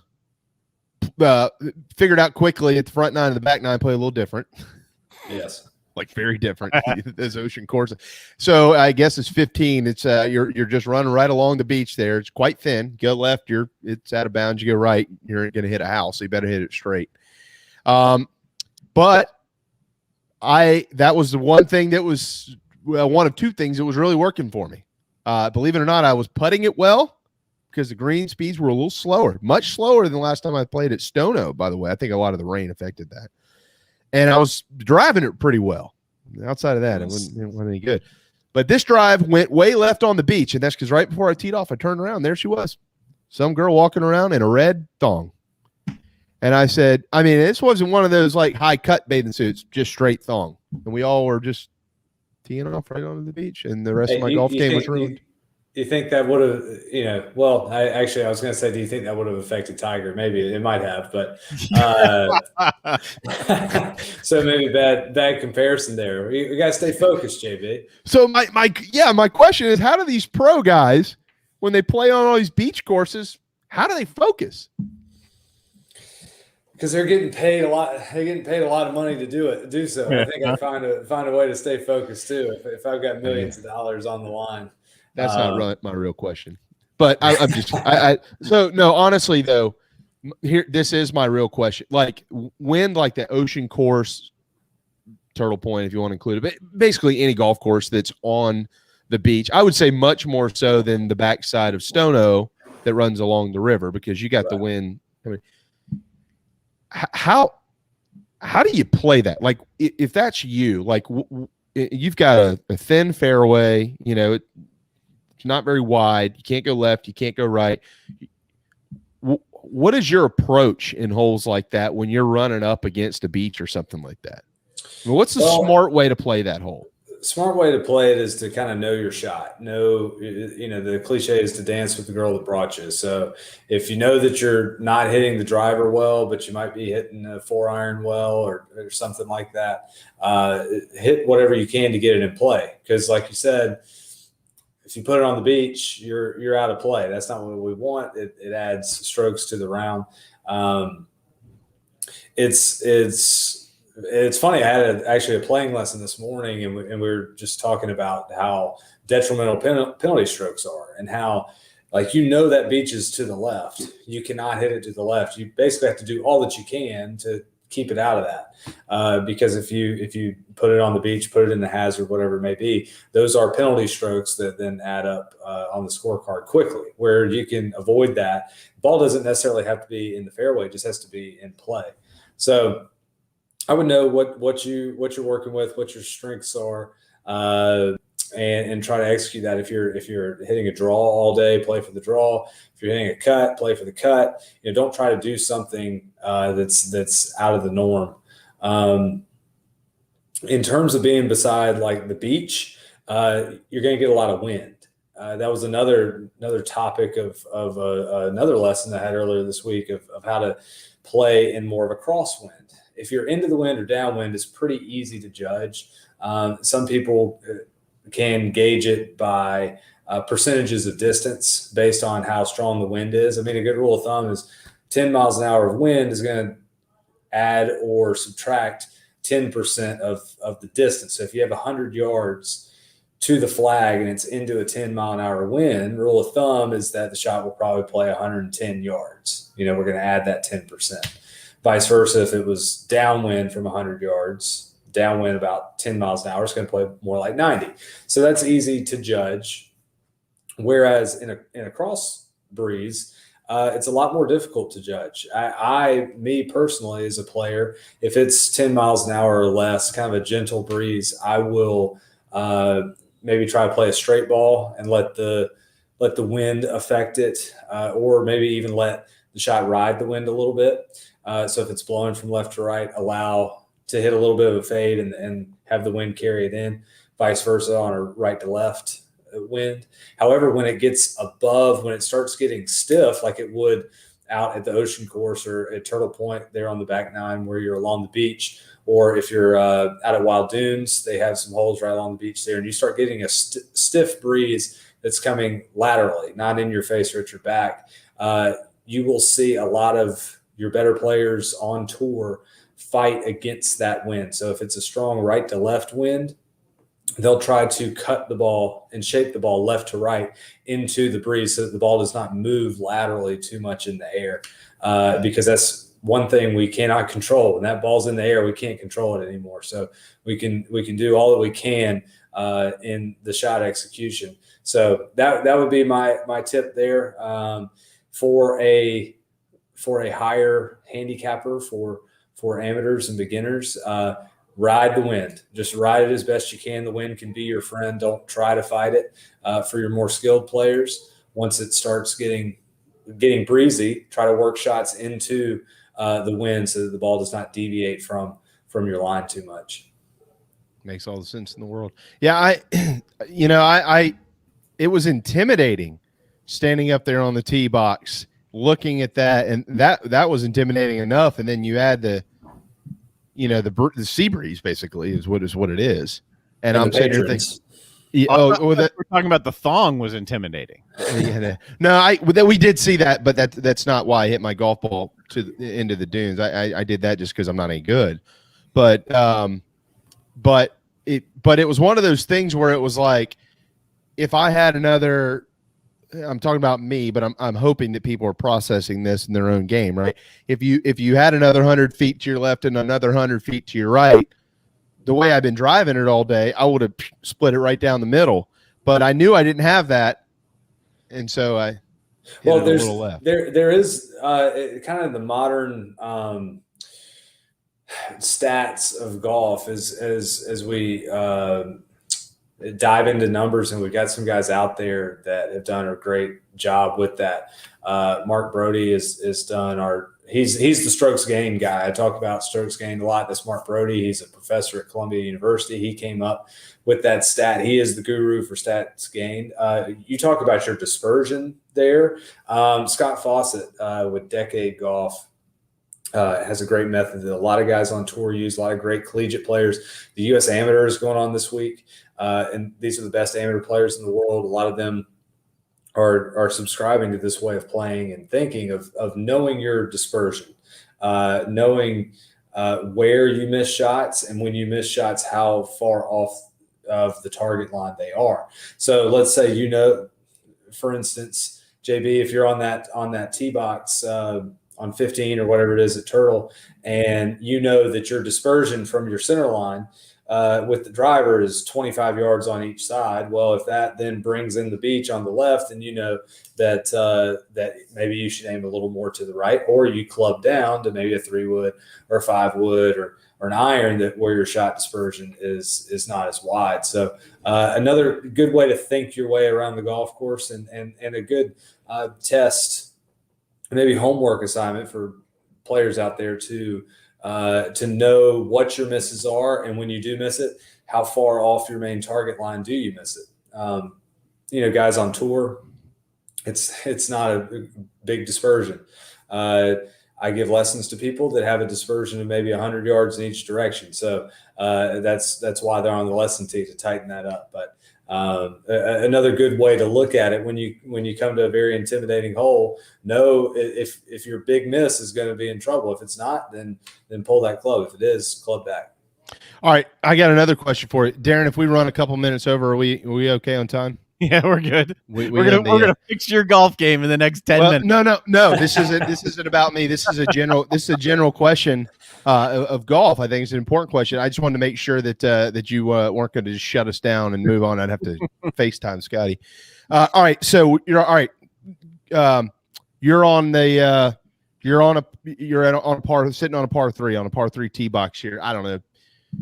Whatever you want to call it, 150, 160, 170 and in. There's some of those par 3s at Turtle Point are really short, which I had no idea until I got out there. I'm used to seeing par 3s, 150, 160, 170, something like that. Well, how far is your island green? Because this could be a good example. How far is that one?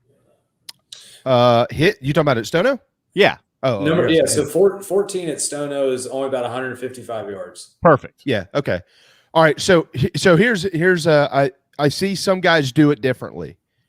Do you tee up on a par 3 or don't use a tee and just club, ball, and ground? Well, Jack Nicklaus famously had said that anytime you have the option to tee your ball up, you'd be stupid not to. I went through a time in my life where I would never tee it up on a par 3. I'd just go try to pick a really good lie.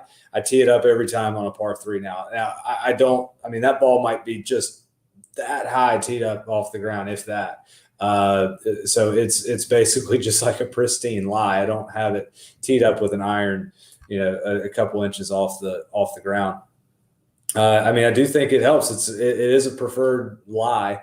And a lot of times when I'm giving lessons, we'll tee the ball up for every shot, not very high, but just same thing, like just on a par 3, because it's going to give you the best opportunity to hit really good golf shots. And one of the big things when you're working on your game in a situation like on the lesson tee, you want to see good shots, feel good shots, instead of doing the bad things that we came there to fix. So yes, teeing the ball up is going to give you an advantage, especially for amateur golfers. And one of the greatest to ever do it is telling you should do it every time, regardless if it's a par 3. So yeah, I would agree with the Golden Bear there that you need to tee it up on a par 3. You didn't need to say any more than that. Jack Nicklaus says to do it. Over. The conversation's done. Okay. There's your answer. All right, we'll come up with some more questions next week. I'll see what other golf course I can go butcher up in the area and try to have you fix this thing before then. Actually didn't play that bad. Second back 9 was a little rough, but front 9 par on the way in, baby. How about that? How about that, huh? That brings you back. Yeah, that's a good 18's tough hole. I remember it's been no. I'm talking about on the front 9, not the back 9. I gotcha. Yeah. All right, at the Wyndham up in Greensboro, how about this leader? Russell Henley at 8 under. He shot a 62. He is ahead of one of your old pals, Sung Kang. I think he's from South Korea. But there's a few guys sitting there at 6 under, and then a couple others at 5 under, and then 4 under, and on so on and so forth. But Russell Henley at the Wyndham right now, leading it by 2 strokes. I haven't seen anything on the course up there today. I'm not sure if you have, but I wouldn't say it's shocking. He's had a good year. Yeah, we've talked about Russ a lot, and he was doing well it did well out of the U.S. Open and led for 3 rounds there. We talk about Russ a lot. He's had a really good 2-year stretch now on tour. He's put together a great career on the PGA Tour, multiple-time winner. He's won a lot of money. He's always in the FedEx Cup. So he's really starting to piece it together. What's interesting this week at the Wyndham, this is a great golf course up in Greensboro, Sedgefield Country Club, classic golf course. It was the host for this event for a long time, and its early start in the Greater Greensboro Open up until about the 60s or 70s, and then it moved across town to Forest Oaks, where it stayed for about 30 years. And then I believe it was 2008, they brought it back to Sedgefield, which is a Donald Ross course. So it's a classic golf course. It was restored in the early 2000s, really improved and brought back up the PGA Tour caliber and standards. And so that's where they are this week. Great, some of the best green complexes on the PGA Tour. So these greens should be rolling like glass. So some of your better putters, like Russell Henley, really great putter, should be able to shine through. We see a lot of low scores here.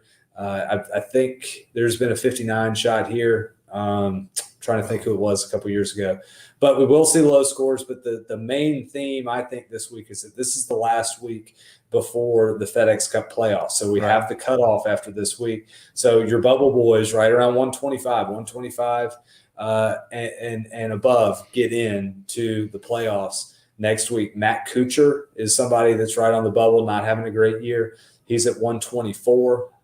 Adam Scott is at 121. Your bronze medalist from the Olympics, C.T. Pan, is at 120. On the other side, let's see, Gary Woodland is at 108. Now, he played well last week to move up and probably mark himself safe. But when you start looking on the other side, on the outside looking in, we have Ricky Fowler at 130th and is in jeopardy of missing the FedEx Cup playoffs. Holy, 130th? 130th. Been a rough year for Ricky. We have Tommy Fleetwood at 136, Justin Rose at 138, Now, those guys split time on the European tour, so it's not as big a deal for them to maybe miss. Now, someone I think very interesting to watch, Charles Howell III is at 137th. He's going to have a pretty good week this week to get into the top 25. He's never missed a FedEx Cup playoffs. That's how consistent he's been forever. That guy he's an ATM. And it could be the first year that he misses the FedEx Cup playoffs. What is an ATM? An automatic tournament maker? He's just straight cash. Randy Moss would say, straight cash. I mean, that guy, he cashes checks. So even the big ones. Yeah. So I think that's going to be really fun. So I think throughout most of the year, it's really stupid how on golf broadcasts they put in the corner, they put the player and they put their FedEx Cup rank and then they put their projected rank. Or I don't even know if they put their actual rank, they put their projected FedEx Cup rank. And really, who cares at the Players' Championship or wherever in the middle of the year where the projected rank is going to be. But that is very important this week as we have the playoffs coming up next week. And especially for the guys on the bubble. So it makes it exciting having that little playoff feel to golf. Yep. Northern Trust, BMW, and, of course, Tour Championship are what are ahead. The Tour is on the opening weekend of college football. Once again, one of the great weeks, sports weeks out there when they get to play this event. We'll keep our eyes on that throughout the weekend and see who qualifies and who doesn't. Scotty, I know next week you'll have a laundry list of those. And, of course, we'll be talking about the Northern Trust, which last year was won by Dustin Johnson on his way to the title. So, all right, StonoFerryGolf.com. You mentioned Scotty talk about his lessons. Book them up now, especially now. It's really hot. Get him out there in the heat, 3 o'clock on a Saturday afternoon, something like that. You can always schedule your tee times at StonoFerryGolf.com. It is just a beautiful place, and now that it's aerated, it's just as good as ever. And all the aeration's healed up. And, I mean, you performed surgery and everything came out clean. Wonderful news. Yeah, that's right. Everything's firm. Fast. Golf course is playing well. Like I said, I was out there earlier playing in a playing lesson today. And the course is very good. It was actually playing a little bit firm, which was great after last week with all the rain. It's dried out and rough is really thick, very penal right now. And greens are getting faster and faster by the day. So it's a really good test. And then talking about tee times, we actually had some open up with as hot as it is. Saturday morning, we talk about those tee times being gold. Maybe you have a honey-do list or something you got to get done in the afternoon. Right now I'm looking at the tee sheet. There's a 7:56 a.m. and an 8:04 a.m. tee time that are wide open. So those will go quickly.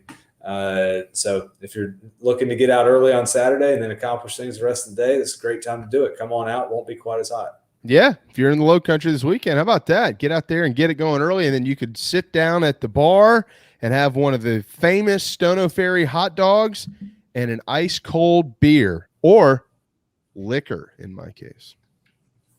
And I do have to give a shout out to our kitchen. We got a little special summer menu that we've done this summer. They got some awesome stuff. So check that out if you are up at the bar there. Got some good stuff. We churn out some good food. It's amazing. I don't weigh like 350 pounds based on the great food that we have out here. All the food, the sandwiches are good. The barbecue is good. I mean, I can never get past the hot dog stand, but all of it's good. I've had it all. I just got to eat a hot dog out there. They're mammoth. Just something about a golf course dog. Always. Nothing like a Stono wiener, that's for sure. Thanks, guys. Right.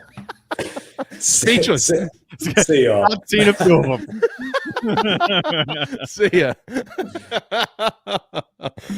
Oh, sweet Jesus. We're out of here.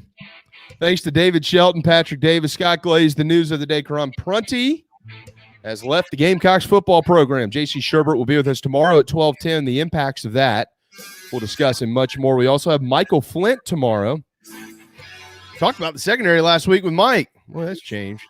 Yeah. And we also have, of course, Rafael Sparza. So it's a jam-packed Friday afternoon. We hope that you will join us. Thanks to PD in Nash, Vegas, Scotty up there in Hollywood, and David at a barbecue restaurant near you or Chick-fil-A. Thanks as always to Darren and all of you. Thank you. Have a thirsty Thursday afternoon. JB and Goldwater Show returns tomorrow at noon, driven by Stokes Volkswagen, and we will see you then.